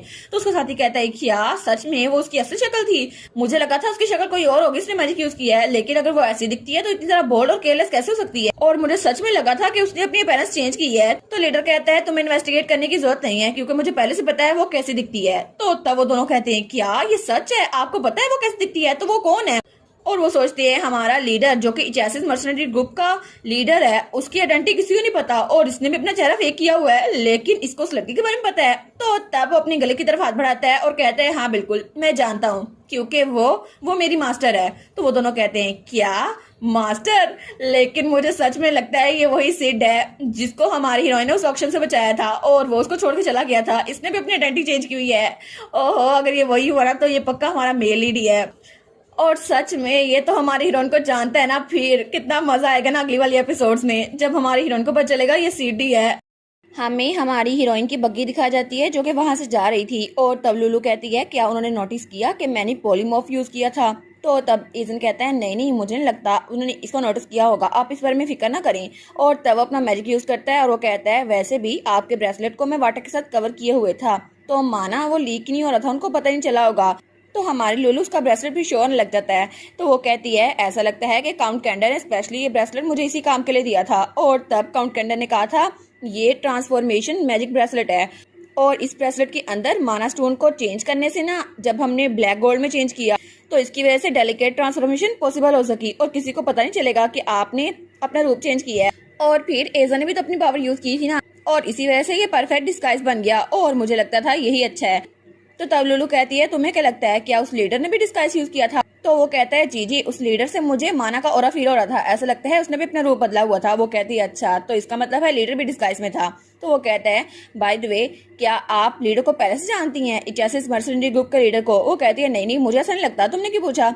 वो कहता है मुझे ऐसा लगता था कि आप आज थोड़ी सी डिफरेंट लग रही हैं, पहले से ज्यादा डिफरेंट माई लेडी। वो कहती है क्या? मुझे लगता है शायद आज पहली बार मैंने गिल्ड मास्टर के तौर पे एक्टिंग की है ना, इसी वजह से। लेकिन एनीवेज इचेसिस हाइड आउट को पता करना ये तो बहुत बड़ी अचीवमेंट है ना, और हमें उन पे ज्यादा नजर रखनी होगी, ठीक है? लेकिन तभी एजन कहता है क्या उसे कुछ महसूस होता है? तो वो कहता है जो लोग हमारा पीछा कर रहे थे ना मर्सनरी ग्रुप से, वो लोग गायब हो गए हैं। तो लुलू कहती है क्या अचानक से? क्या वो हमारा ताकुब नहीं कर रहे? कहीं वो हम पे छुप के हमला तो नहीं करने वाले? वो कहता है नहीं नहीं, मुझे लगता है कि वो सिंपली घर वापस चले गए हैं, जहाँ से आए थे ना वहीं से वापस चले गए हैं। वो सोचती है क्या लेकिन ये तो परफेक्ट मौका था ना कि वो हमारा पीछा कर सके, तो अचानक से वो वापस कैसे चले गए? मुझे तो कुछ गड़बड़ लग रही है। लेकिन वो कहती है फिर भी अगर वो वापस चले भी गए हैं ना, फिर भी हमने जो प्लान किया था ना वही रास्ता लेना, और वैसे भी कॉशियस रहने में कोई भी हार्म नहीं है। वो कहते हैं जी मैं समझ गया। और उसके बाद वो लोग वापस आ गए थे और हमारी हीरोइन अपना ब्रेसलेट उतार के वहां पर रखती है। और तब वो कहती है चलो अच्छा हुआ मैं वापस तो आ गई ना, और सीक्रेटली वो वापस आ भी गए थे और लुलू अपने असल रूप में वापस आ गई थी, और कितनी प्यारी थी ना हमारी लुलू। तो तब वो कहती है ठीक है अब मैं वापस आ गई हूँ ना, अब ये काम रह गया है। और वहां पे टेबल पे बहुत ही ज्यादा लेटर्स पड़े हुए थे। वो सोचती है मेरा सवाल ये है कि इतनी पॉपुलैरिटी का मैं करूँ क्या, इतने सारे लेटर्स मिले हैं मुझे और सब ने मुझे कहीं ना कहीं इनवाइट किया है, और 5 साल पहले जो मेरी बर्थडे पार्टी थी ना वो तो इतनी ज्यादा शानदार थी, हर कोई अभी तक मुझे लेटर्स भेज रहा है। लेकिन वो सोचती है may be social season start होने वाले ना, इसीलिए ज्यादा लेटर्स आ रहे हैं, और रोमांस फैंटेसी के रीडर के तौर पर मैं तो सफर भी कर रही हूँ और एक्साइटेड भी बहुत ज्यादा हूँ। तो तब वहां पे बैठती है, वो कहती है ठीक है तो चलो मुझे देखने दो यहाँ पर है क्या। और तब उनमें से एक लेटर उठाती है। वो कहती है सबसे पहले मुझे सोशल सीन को देखना चाहिए है ना, और ये बेटर होगा कि मैं स्मॉल गैदरिंग्स को अटेंड करना शुरू कर दूं। लेकिन जब उस लेटर को खोलती है वो कहती है क्या ये लेटर, और वहां पे किसी फेस्टिवल का जिक्र था। तो तभी वहां पे नोटिफिकेशन आती है द बॉडी अपीयर्स, रीडर एक ड्यूकल हाउस के तौर पर आपकी फैमिली बहुत ज्यादा पावरफुल है, लेकिन आपको चेक ऑन बैलेंस रखना होगा क्योंकि आपने बाकी फैमिली के साथ हाथ नहीं जोड़े। इस वजह से ज्यादातर फैमिलीज आपके दुश्मन बन चुकी हैं, और अगर आपने कोई पार्टी अटेंड नहीं की ना तो सब लोग समझेंगे कि आप इंट्रोवर्ट हैं और आप उनसे मिलना चाहती हैं, उनको अपने काबिल नहीं समझती। तो इसीलिए आपको डॉन फेस्टिवल में जाना होगा और अपना एक नाम बनाना होगा सोशल वर्ल्ड में। और चूंकि अभी तक आप सिर्फ अपनी टेरिटरी में रही हैं तो आपके लिए ये बहुत ज्यादा अच्छा होगा और आपका डेब्यू भी हो जाएगा। वो सोचती है एक डॉन फेस्टिवल तो ये इतना इंपॉर्टेंट है, लेकिन तभी वहाँ पे कंडीशंस आती हैं, आपको पार्टिसिपेट करना होगा और आपको 2000 कैश रिवार्ड टिकट मिलेगी, और फिर आपका इन्फ्लुएंस पूरे एम्पायर में और ज्यादा बढ़ जाएगा। वो कहती है अच्छा मेरा इन्फ्लुएंस बढ़ जाएगा, ये तो बड़ा मजा आएगा ना। और उसने क्वेस्ट एक्सेप्ट कर ली थी। वो कहती है ठीक है अब मैं डैड के पास आती हूँ और उनको बता के जल्दी से वापस आ जाती हूँ। और वो कहती है डॉन फेस्टिवल तो एक ऐसा कंपटीशन है जहाँ पे नोबल लड़के और नोबल लड़कियां आती हैं जो अपने टीनेजर में होती हैं, और ये हर 4 साल बाद होता है, और वहाँ पे लड़के और लड़कियां विनर्स जो बनते हैं ना उनको हर कोई पहचानता है, और एक तरह से ये एक स्टैंडर्ड एलीट कोर्स है जिसकी वजह से हाई सोसाइटी में अपना नाम बनाया जा सकता है। और मैं इसमें कम्पीट करूंगी और कोऑपरेट करूंगी और मैं इसको जीत भी जाऊंगी, ये मेरे लिए परफेक्ट मौका है। और तब वो भाग के वहां जा रही थी। वो कहती है मैं अपने डैड के पास आती हूँ, और थोड़ी देर बाद वो अपने फादर के ऑफिस में पहुंच भी चुकी थी। तो उसका फादर उस लेटर को देखते हैं, वो कहता है अच्छा तो डॉन फेस्टिवल है ना, लेकिन मुझे याद आया ऐसी चीज भी होती थी। तो लुलू कहती है हमारी फैमिली फेरथॉन डची में कभी भी डिप्लोमेटिक एक्टिविटीज में हिस्सा नहीं लिया गया, और डॉन फेस्टिवल तो इस साल होने वाला है ना, अच्छी अपॉर्चुनिटी है, मैं वहाँ पर जाऊंगी, मजा आएगा ना। तो उसका फादर कहता है अच्छा लेकिन लुलू तुम्हें अपने आप को सेक्रीफाइस करने की जरूरत नहीं है फैमिली के लिए। वो कहती है नहीं नहीं मैं खुद इसमें पार्टिसिपेट करना चाहती हूँ, कितना मजा आएगा ना। और तब वो हाथ जोड़ते हुए कहती है प्लीज प्लीज मेरी बात मान जाए ना, मुझे वहाँ जाने दें। तो उसका फादर कहता है ठीक है अगर तुम ये चाहती हो ना तो ठीक है तुम यही करो। और तब उसकी quest the body appears 1 complete हो गई थी और न्यू क्वेस्ट आ गई थी। आपको वहां पे हिस्सा लेना होगा और जीतना भी होगा। अगर आप हार गई तो आपको बहुत ज्यादा नुकसान होगा, लेकिन अगर आप जीत गई तो आपको 5,000 कैश टिकट मिलेंगे और आपका इन्फ्लुएंस और ज़्यादा बढ़ जाएगा। वो कहती है ऑफ कोर्स मैं ही जीतूंगी और उसने वो क्वेस्ट भी एक्सेप्ट कर ली थी। लेकिन तभी वहां पर उसके दोनों भाई भी थे। तो उसका एक भाई कहता है हमारी सबसे छोटी बहन वहां पर डांस फेस्टिवल अटेंड करने वाली है, तो ऐसा लगता है सोशल सीन्स बहुत ज़्यादा शेक हो जाएगा। तो एरिस कहता है आफ्टर ऑल हमारी छोटी बहन, उसका 5वां बर्थडे तो अभी तक याद रखा जा रहा है। तो तब ड्यूक कहता है ये बात तो ठीक है, लेकिन तुम लोग मुझे ये बताओ कि जब भी लुलू मेरे पास आती है तुम लोग उसके पीछे पीछे क्यों रहते हो? तुम लोग अपनी बहन का पीछा क्यों करते रहते हो? तुम लोग बिजी नहीं हो? और वहां पे उसके तीनों भाई बैठे थे, एरिस भी, जियोन भी और एक्जियोन भी, और वो लोग भी थोड़े थोड़े बड़े हो गए थे। तो तब एरिस, एक्जियोन और जियोन कहते हैं अगर आप जेलस हो रहे हैं ना तो हमें बता दें आप जेलस हो रहे हैं, वैसे भी हम कुछ नहीं कहने वाले। तो ड्यूक कहता है मुझे लगता है तुम लोग ज्यादा ही वेले हो, तो तुम लोग को कुछ काम देना चाहिए। मेरा ख्याल है कि तुम लोग के लिए और सारा बिजनेस इकट्ठे करने चाहिए। तो वो सोचती है क्या इतनी अचानक से? तो एक्जियोन कहता है नहीं थैंक यू सो मच, मैं वीकलिंग को प्रोटेक्ट करने में बहुत ज्यादा बिजी हूँ। तो एरिस कहता है हाँ वैसे भी मेरे पास ज्यादा टाइम नहीं है, मैं तो अपनी बहन के साथ खेल भी नहीं पाता और इतना सारा काम अपने वाले मुझे दिया हुआ है, अब मैं और काम नहीं ले सकता। तो जियोन कहता है और हाँ मुझे तो मैजिक की स्टेबलाइजेशन भी करनी है और वैसे भी जितना भी काम था वो मैंने खत्म कर लिया है, मुझे और काम नहीं चाहिए।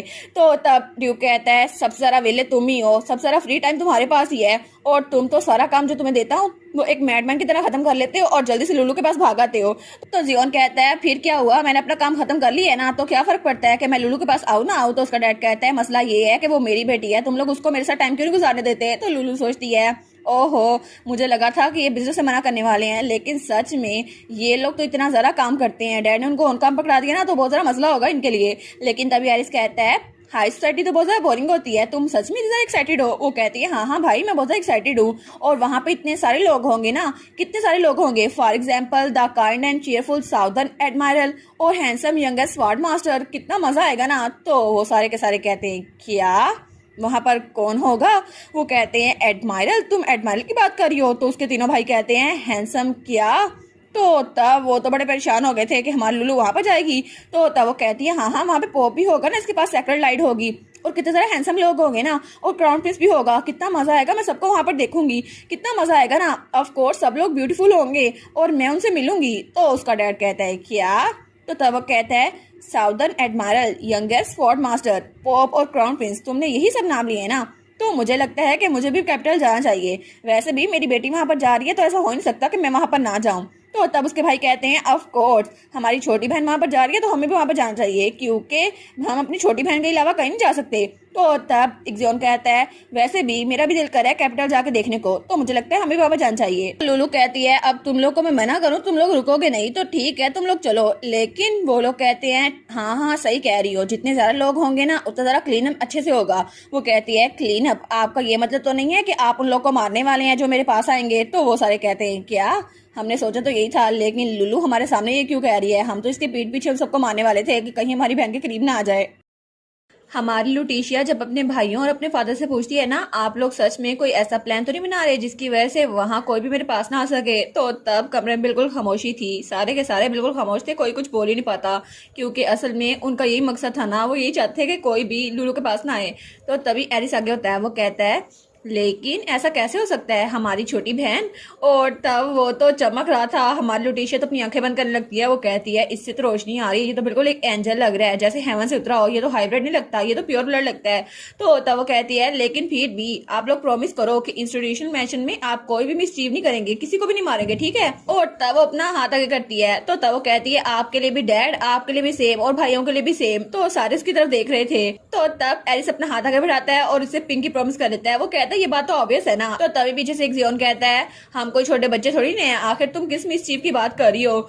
तो हमारी लुलू वो सोचती है एक्जियोन तो अभी भी एक बच्चा ही है, और इस तरह उनकी पूरी फैमिली का ट्रिप कैपिटल जाने के लिए वो डिसाइड हो गया था। तब सीन शुरू होता है और हमें कैपिटल में वही मेंशन का सीन दिखा रहता है, और ये वही मेंशन था डची ऑफ फेराथन इंस्टीट्यूशनल मेंशन, जहाँ पर पहली बार हमारी लुलू आई थी अपने डैड के साथ, क्योंकि तब वो अपने अंकल के घर में रह रही थी, लेकिन पहली बार उसी घर में आई थी। तो तब उनकी बग्गी वहां पर रुकती है और तब उस बग्गी में से उसका फादर लुलू को नीचे उतरने में हेल्प करता है। तो लुलू कहती है बहुत दिनों बाद मिलना हुआ हैंस, है ना? और बटलर से बात करी थी।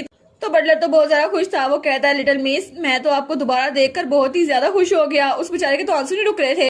और वो बेचारा हमारे लुलू को देख के कहता है आप तो काफी ज्यादा बड़ी हो गई ना, 5 साल हो गए हैं, आपको देखकर तो मुझे नॉस्टैल्जिया हो रहा है, सच में आप तो बहुत ज्यादा बड़ी हो गई हैं। तो वो कहती है हाँ फिक्र ना करो। लेकिन तब वो पीछे मुड़ते हुए कहती है पिछली बार मैं यहाँ पर जब आई थी ना तो मेरे साथ सिर्फ डैड थे, लेकिन इस बार सिचुएशन थोड़ी डिफरेंट है क्योंकि मेरे तीनों भाई भी मेरे साथ आए हैं, ये थोड़ा अजीब लग रहा है। और तब उसके तीनों भाई जो कि बहुत ही ज्यादा हैंडसम थे वो लोग भी बगी से नीचे उतरते हैं। और उसका सबसे बड़ा वाला भाई जियोन, वो जब उतरता है ना तो पहली बात यही करता है यंगेस्ट मुझे रिचार्ज करने की जरूरत है, और उसके गले लग जाता है। तो हमारी लुलू कहती है क्या रिचार्ज? तो वो कहती है भाई क्या आप थक गई हैं? तो पीछे से जियोन को तो बड़ा गुस्सा आ रहा था और एरिस को तो गुस्सा आ रहा था लेकिन वो शो नहीं कर रहा था। तो जियोन कहता है ये ब्रैट ये फिर से वही करने लग गया है, और मैंने इसको कहा भी था, बग्गी में भी इसने लुलू को हमारे पास नहीं बैठने दिया, उसको अपनी गोद में बिठाई रखा और डैड भी अकेले बैठे हुए थे, लेकिन अभी भी ये वही कर रहा है। और हमें बग्गी का सीन दिखा रहता है जहाँ पे लुलू किसी रैबिट की तरह अपने भाई की गोद में बैठी हुई थी और वो एनिमल थेरेपी थी, लेकिन तीनों का ऑरा बिल्कुल खतरनाक लग रहा था क्योंकि लुलू तो अपने बड़े भाई के साथ बैठी थी ना। लेकिन जियोन उनकी बात को इग्नोर करता है और वो कहता है अब मेरी सबसे छोटी बहन यहाँ पर है ना तो ये जगह बहुत अच्छी लग रही है, मैं यहाँ पे रह सकता हूँ। तो पीछे से जियोन कहता है देखा ये अभी भी मुझे इग्नोर किया जा रहा है। तो तब हमारी लुलू वो स्माइल करती है, वो सोचती है कितना अच्छा हुआ ना, मैं यहाँ आने से पहले बहुत ज्यादा फिक्रमंद थी कि यहाँ पर आके तीनों सही से रह नहीं पाएंगे और मुझे बहुत ज्यादा डर था, और स्पेशली जियोन के बारे में क्योंकि उसका माना अब्रप्ट होता रहता है। लेकिन मुझे बहुत ज्यादा खुशी है कि ये तीनों यहाँ पे आराम से रह रहे हैं और इनकी प्रोग्रेस भी अच्छी हो रही है। लेकिन एक जियोन उसका तो बस नहीं चल रहा था जियोन का गला दबा दे, और एरिस वो तो स्माइल कर रहा था लेकिन दिल में उसका भी यही ख्याल था। और वो सोचती है अच्छा हुआ ना कि सारे ड्यूकल हाउस में आ गए हैं इकट्ठे और सबको पता चलेगा कि मेरे भाई मेरे साथ आए हैं, और वो सोचती है ये सब कुछ मेरी वजह से हुआ। तब हमें थोड़ी देर पहले का सीन दिखा रहता है जब वो लोग वहां आए थे ना उससे पहले। तो एरिस कहता है मेरी छोटी बहन तो बहुत ज्यादा स्पेशल है और इस पे तो मैजिकल पावर का इफेक्ट होता ही नहीं है, लेकिन फिर भी तुम्हें केयरफुल रहना होगा, वहां पे जाके किसी से भी मिलना मत, ठीक है? तो एक जॉन कहता है हाँ बिल्कुल, और मैं तुम्हारे साथ ही रहूंगा और इसलिए कुछ भी स्पेशल करने की जरूरत नहीं है, और दोबारा किसी के सामने भी ये मुस्कुराता हुआ चेहरा ना बनाना वरना लोग तुम्हारी तरफ अट्रैक्ट हो जाएंगे। तो तब हमारी लुलू वो बात सोचती है और तब स्माइल करती है। तो इक्जियोन और एरिस दोनों बिल्कुल खामोश होते हैं। तो तब इक्जियोन कहता है तुम देखा फिर से तुम यही वाला चेहरा बना रही हो, और उसके गाल खींचता है। तो तीनों भाई इसके साथ ही थे। तो हमारी सोचती है क्योंकि मेरी मैजिकल पावर की वजह से मेरे भाइयों ने कभी भी इंस्टीट्यूशन में हिस्सा नहीं लिया और सारी अटेंशन मेरी तरफ गिरती थी, लेकिन मेरे भाई इस बार उनको भी अपनी स्पॉटलाइट का शेयर मिलेगा। तो तब वो बटर से कहती है हैंस मेरा रूम किधर है? तो वो कहता है आपका रूम वही वाला है जहाँ पहले ठहरी थी और मैंने उसको रीडेकोरेट कर दिया है आपके टेस्ट के मुताबिक लिटिल मिस। तो वो कहती है सच्ची? तो तभी वो भाग के अपने कमरे में जाने लगती है। वो कहती है मुझे देखना होगा ना, अभी जाके देखती हूँ। तो तब वो सोचती है पिछली बार जब मैं यहाँ पर आई थी ना तो फर्नीचर बहुत सा हार्ड था और कोई भी चीज मेरे हाइट के हिसाब से सूट ही नहीं कर रही थी, लेकिन मुझे इस बार देखना है कि ये सब कुछ कैसे चेंज हुआ है। और तब दरवाजा खोलने लगती है, वो तो बड़ी एक्साइटेड थी। वो सोचती है मेरे टेस्ट के मुताबिक आया ना उन्होंने तो बहुत ज्यादा अच्छा होगा। तो तभी वो दरवाजा खोलती है तो वो कहती है हैं? तो बटलर कहता है कि आपको ये पसंद आया, और जब वो कमरे में देखती है ना तो वहां पे पर्ल का बेड था, पर्ल का सोफा था और सारा ही पर्ल वाला सामान था। वो कहती है ये मेरा टेस्ट है, और तब वो सोचती है लेकिन कब से मेरा टेस्ट ये कब हुआ? तो बटलर कहता है हिज एक्सलेंसी ने मुझे बताया था कि आपको पर्ल शेप की चीजें बहुत ज्यादा पसंद है, इसलिए मैंने आपके लिए बनवाया। तो हमारी लुलू तो रोने वाली हो गई थी। वो सोचती है वो मेरी पसंद नहीं है, वो तो डैड का टेस्ट है ना, लेकिन फिर भी मैं इनसे ये नहीं कह सकती, ये बदतमीजी होगी। तो तब दरवाजा बंद करते हुए कहती है आपके लिए बहुत ज्यादा थैंक यू, आपने मेरे लिए इतना सारा जोखिम उठाया और इतनी सारा मेहनत करने के लिए थैंक यू। लेकिन वो दिल में सोचती है आखिर मुझे ये रूम क्यों नहीं पसंद आएगा क्योंकि मैं आपसे प्यार करती हूँ ना। तो बटलर कहता है ये प्लेयर मेरा है। तो हमारी सोचती है मैं कोई भी अनप्लेजेंट चीज हैंड से कैसे कह सकती हूँ क्योंकि एल्डर रिस्पेक्ट तो सबसे ज्यादा पहले आती है ना। और तब थोड़ी देर बाद वो अपने रूम में बैठी हुई थी और तब वो लेटर्स को देख रही थी। वो सोचती है यहाँ पे आने के बाद मैंने अपना लगेज सामान फिट कर लिया है और यहाँ पे हरमस भी आया हुआ है और हरमस वहाँ पे कुकीज खा रहा था। वो सोचती है उसका बर्ड हरमेस वो इचासिस मर्सनरी लीडर से एक लेटर लेकर आया है और इस दौरान लुलू और वहाँ के लीडर के दरमियान लेटर का तबादला होता रहता है। और वो सोचती है उसने तो मुझे ये लेटर भेज भी दिया, ऐसा लगता है कि हरमेस हम दोनों के दरमियान मैसेंजर है, लेकिन इससे हमारी लोकेशन ट्रेस नहीं हो सकती। तो तब वो लेटर पढ़ती है। वो सोचती है लेकिन इसकी समरी तो यही है ना कि उसने कहा कि हम मिल सकते हैं और उसने वहाँ पे लिखा हुआ था कि शेरीन फ्लावर्स वो सारे के सारे गैदर हो गए हैं। वो कहती है इतनी जल्दी? लेकिन उस मॉन्स्टर को क्या हुआ? क्या उन्होंने उसको हरा दिया? वो भी इतनी जल्दी? लगता है कि ये आदमी तो कुछ ज्यादा ही अच्छा है अपने काम में। और तब वो कहती है ठीक है मुझे भी रिप्लाई लिखना होगा। और तब उसने थोड़ी देर में रिप्लाई कंप्लीट कर लिया था। तो वो हरमिस को वो लेटर पकड़ाती है। वो कहती है ठीक है अब मैंने लेटर लिख दिया है, आराम से जाना, ठीक है? और तब उस बर्ड को उड़ाती है और हमारे लिए तो बड़ी खुश थी कि मेरा काम भी बड़ा अच्छा चल रहा है। और तभी वो हरमेस वो बर्ड वो हवा में गायब हो रहता है। लेकिन तभी दरवाजा खुलता है और वहां पे एक जियोन आता है। वो कहता है कॉटन बॉल जल्दी करो जल्दी चलते हैं। वो कहती है एक जियोन में तुम्हें कहा ना नौकर के आया करो। वो कहता है कोई बात नहीं मैं तुम्हारा भाई हूँ। तो तब वो कहता है लिकाटेल स्ट्रीट में एप्पल पाइज बिक रहे हैं और तुम्हें ऐसी चीजें पसंद है ना, तो मेरे साथ चलो, जल्दी करो। तो लुटिशिया कहती है लेकिन अचानक से क्यों, इकाटेल स्ट्रीट में क्यों? तो तब इक्जियोन कहता है हाँ बिल्कुल, क्योंकि वहां पे यूट्रा की बुटीक है और अगर तुम जहाँ चाहो तो चल सकती हो। वो कहती है सच्ची? लेकिन वो सोचती है आज क्या हो गया, इक्जियोन खुद शॉपिंग करना चाहता है। वो कहते हैं ठीक है चलते हैं। तो तब इक्जियोन उसको लेके जा रहा था, वो कहता है जल्दी करो, इससे पहले कोई और नोटिस कर ले। तो वो सोचती है अच्छा तो ये अपने माना से हमारी प्रेजेंस भी मिटा रहा है, और वो पीछे से अपना माना यूज कर रहा था ताकि उसके दोनों भाइयों का ना पता चल जाए और वो उसके पीछे ना आ जाए। तो हमारी सोचती है मैं वहां पर गई और मैंने एप्पल पाइज भी खाए, वो तो बड़े मजेदार थे। और उसके बाद वो लोग यूट्रा की बुटीक में पहुंच चुके थे। तो जैसे ही वो यूट्रा वो डिजाइनर उसको देखती है ना, वो कहती है वाओ लिटिल मिस, आप यहाँ पर खुद आई है मेरी बुटीक में, मैं तो बहुत ज्यादा खुश हूँ। उसको गले लगा लेती है। तो पीछे से जियोन कहता है बस कर दो मेरी बहन को गले लगाना। तो वो कहती है मैं तो आपसे इतने दर से बाद मिल रही हूँ ना। तो हमारी लुलू कहती है पिछले महीने तो मिले थे हम। वो कहती है काफी नहीं है ना मेरे लिए, मैं आपसे रोज मिलना चाहती हूँ। तो तब उसको वहां बिठा देती है। वो कहती है जैसे कि आपने प्लान किया है ना डांस फेस्टिवल अटेंड करने का, तो प्लीज मुझे पहले बता दे, मैं आपके लिए बहुत अच्छे ड्रेस प्रिपेयर करूंगी और इसमें अपना दिल लगा दूंगी। वो कहती है थैंक यू सो मच। लेकिन तभी यूट्रा पीछे से हमारे एक्जियोन को देखती है। तो एक्जियोन जैसे उससे कोई बात करना चाहता हो, तो तब यूट्रा कहती है लिटिल मिस क्या आप थोड़ी देर इंतजार कर सकती हैं? यंग लॉर्ड एक्जियोन उनको भी अपने कपड़े ऑल्टर करवाने हैं, हम थोड़ी देर में वापस आ जाएंगे। तो हमारी हाँ में सर हिलाती है। वो कहती है ठीक है। वो सोचती है एक्जियोन को भी कुछ काम करवाना था, चलो अच्छा है। और उसके बाद वो लोग वहां चले गए थे। तो हमारी लोलू वहां पे अकेली बैठी हुई थी और बहुत ज्यादा बोर हो रही थी। वो सोचती है अब मैं यहाँ पे अकेली हूँ तो थोड़ा स्नैक खा लेने चाहिए। लेकिन जैसे वो स्नैक उठाने लगती है ना, पीछे से किसी के चिल्लाने की आवाज आती है क्यों नहीं। तो वो कहती है कि यार ये कौन चिल्ला रहा है, आखिर यहाँ पर हो क्या रहा है। तो तभी पीछे से कोई कहता है देखो सही यहाँ पे कपड़े परफेक्टली मुझे फिट बैठते हैं, आखिर मुझे ये क्यों नहीं मिल सकते, और मुझे तो ये आउटफिट भी पसंद आ गया है। तो हमारी लुलू छुप के उसको देख रही थी। तो वहां पे जो मेड थी वो कहती है मुझे माफ कीजिएगा माई लेडी, लेकिन इन कपड़ों का पहले को ओनर है। तो वो लड़की जिसके बाल रेड थे वो कहती है यूट्रा फेलिया तुम सच में टैलेंटेड हो, लेकिन तुमने कहा था तुम बच्चों के स्पेशल लड़कियों के कपड़े नहीं बनाती, तो सीक्रेटली तुम ये बना रही थी। तो हमारी लोलू वहां पर देखती है तो वहां पे कोई और भी खड़ा था। वो कहती है ये तो जानी पहचान लग रही है ना। लेकिन तभी वो लड़की पीछे होती है। तो वो कहती है क्या क्लैटी, और वो हमारी हीरोइन की कजन थी जिस अंकल के घर में वो रहती थी ना, उसकी बेटी, जो कि पहले बहुत ही ज्यादा इवल थी और उसने हमारी हीरोइन को बहुत ज्यादा परेशान किया था। लेकिन अब क्या पता वो अच्छी बन गई हो या फिर नहीं, देखना होगा। और इसी के साथ ये वाला पार्ट यहीं पर ख़त्म। तो आप लोग बताइएगा आप लोग को ये पार्ट कैसा लगा, और वीडियो को लाइक और चैनल को सब्सक्राइब लाजमी कीजिएगा। बाकी वीडियोस का लिंक भी स्क्रीन पर नज़र आ रहा होगा, तो काइंडली उनको भी चेकआउट कर ले। और thank you so much for watching my videos. Stay safe, bye bye.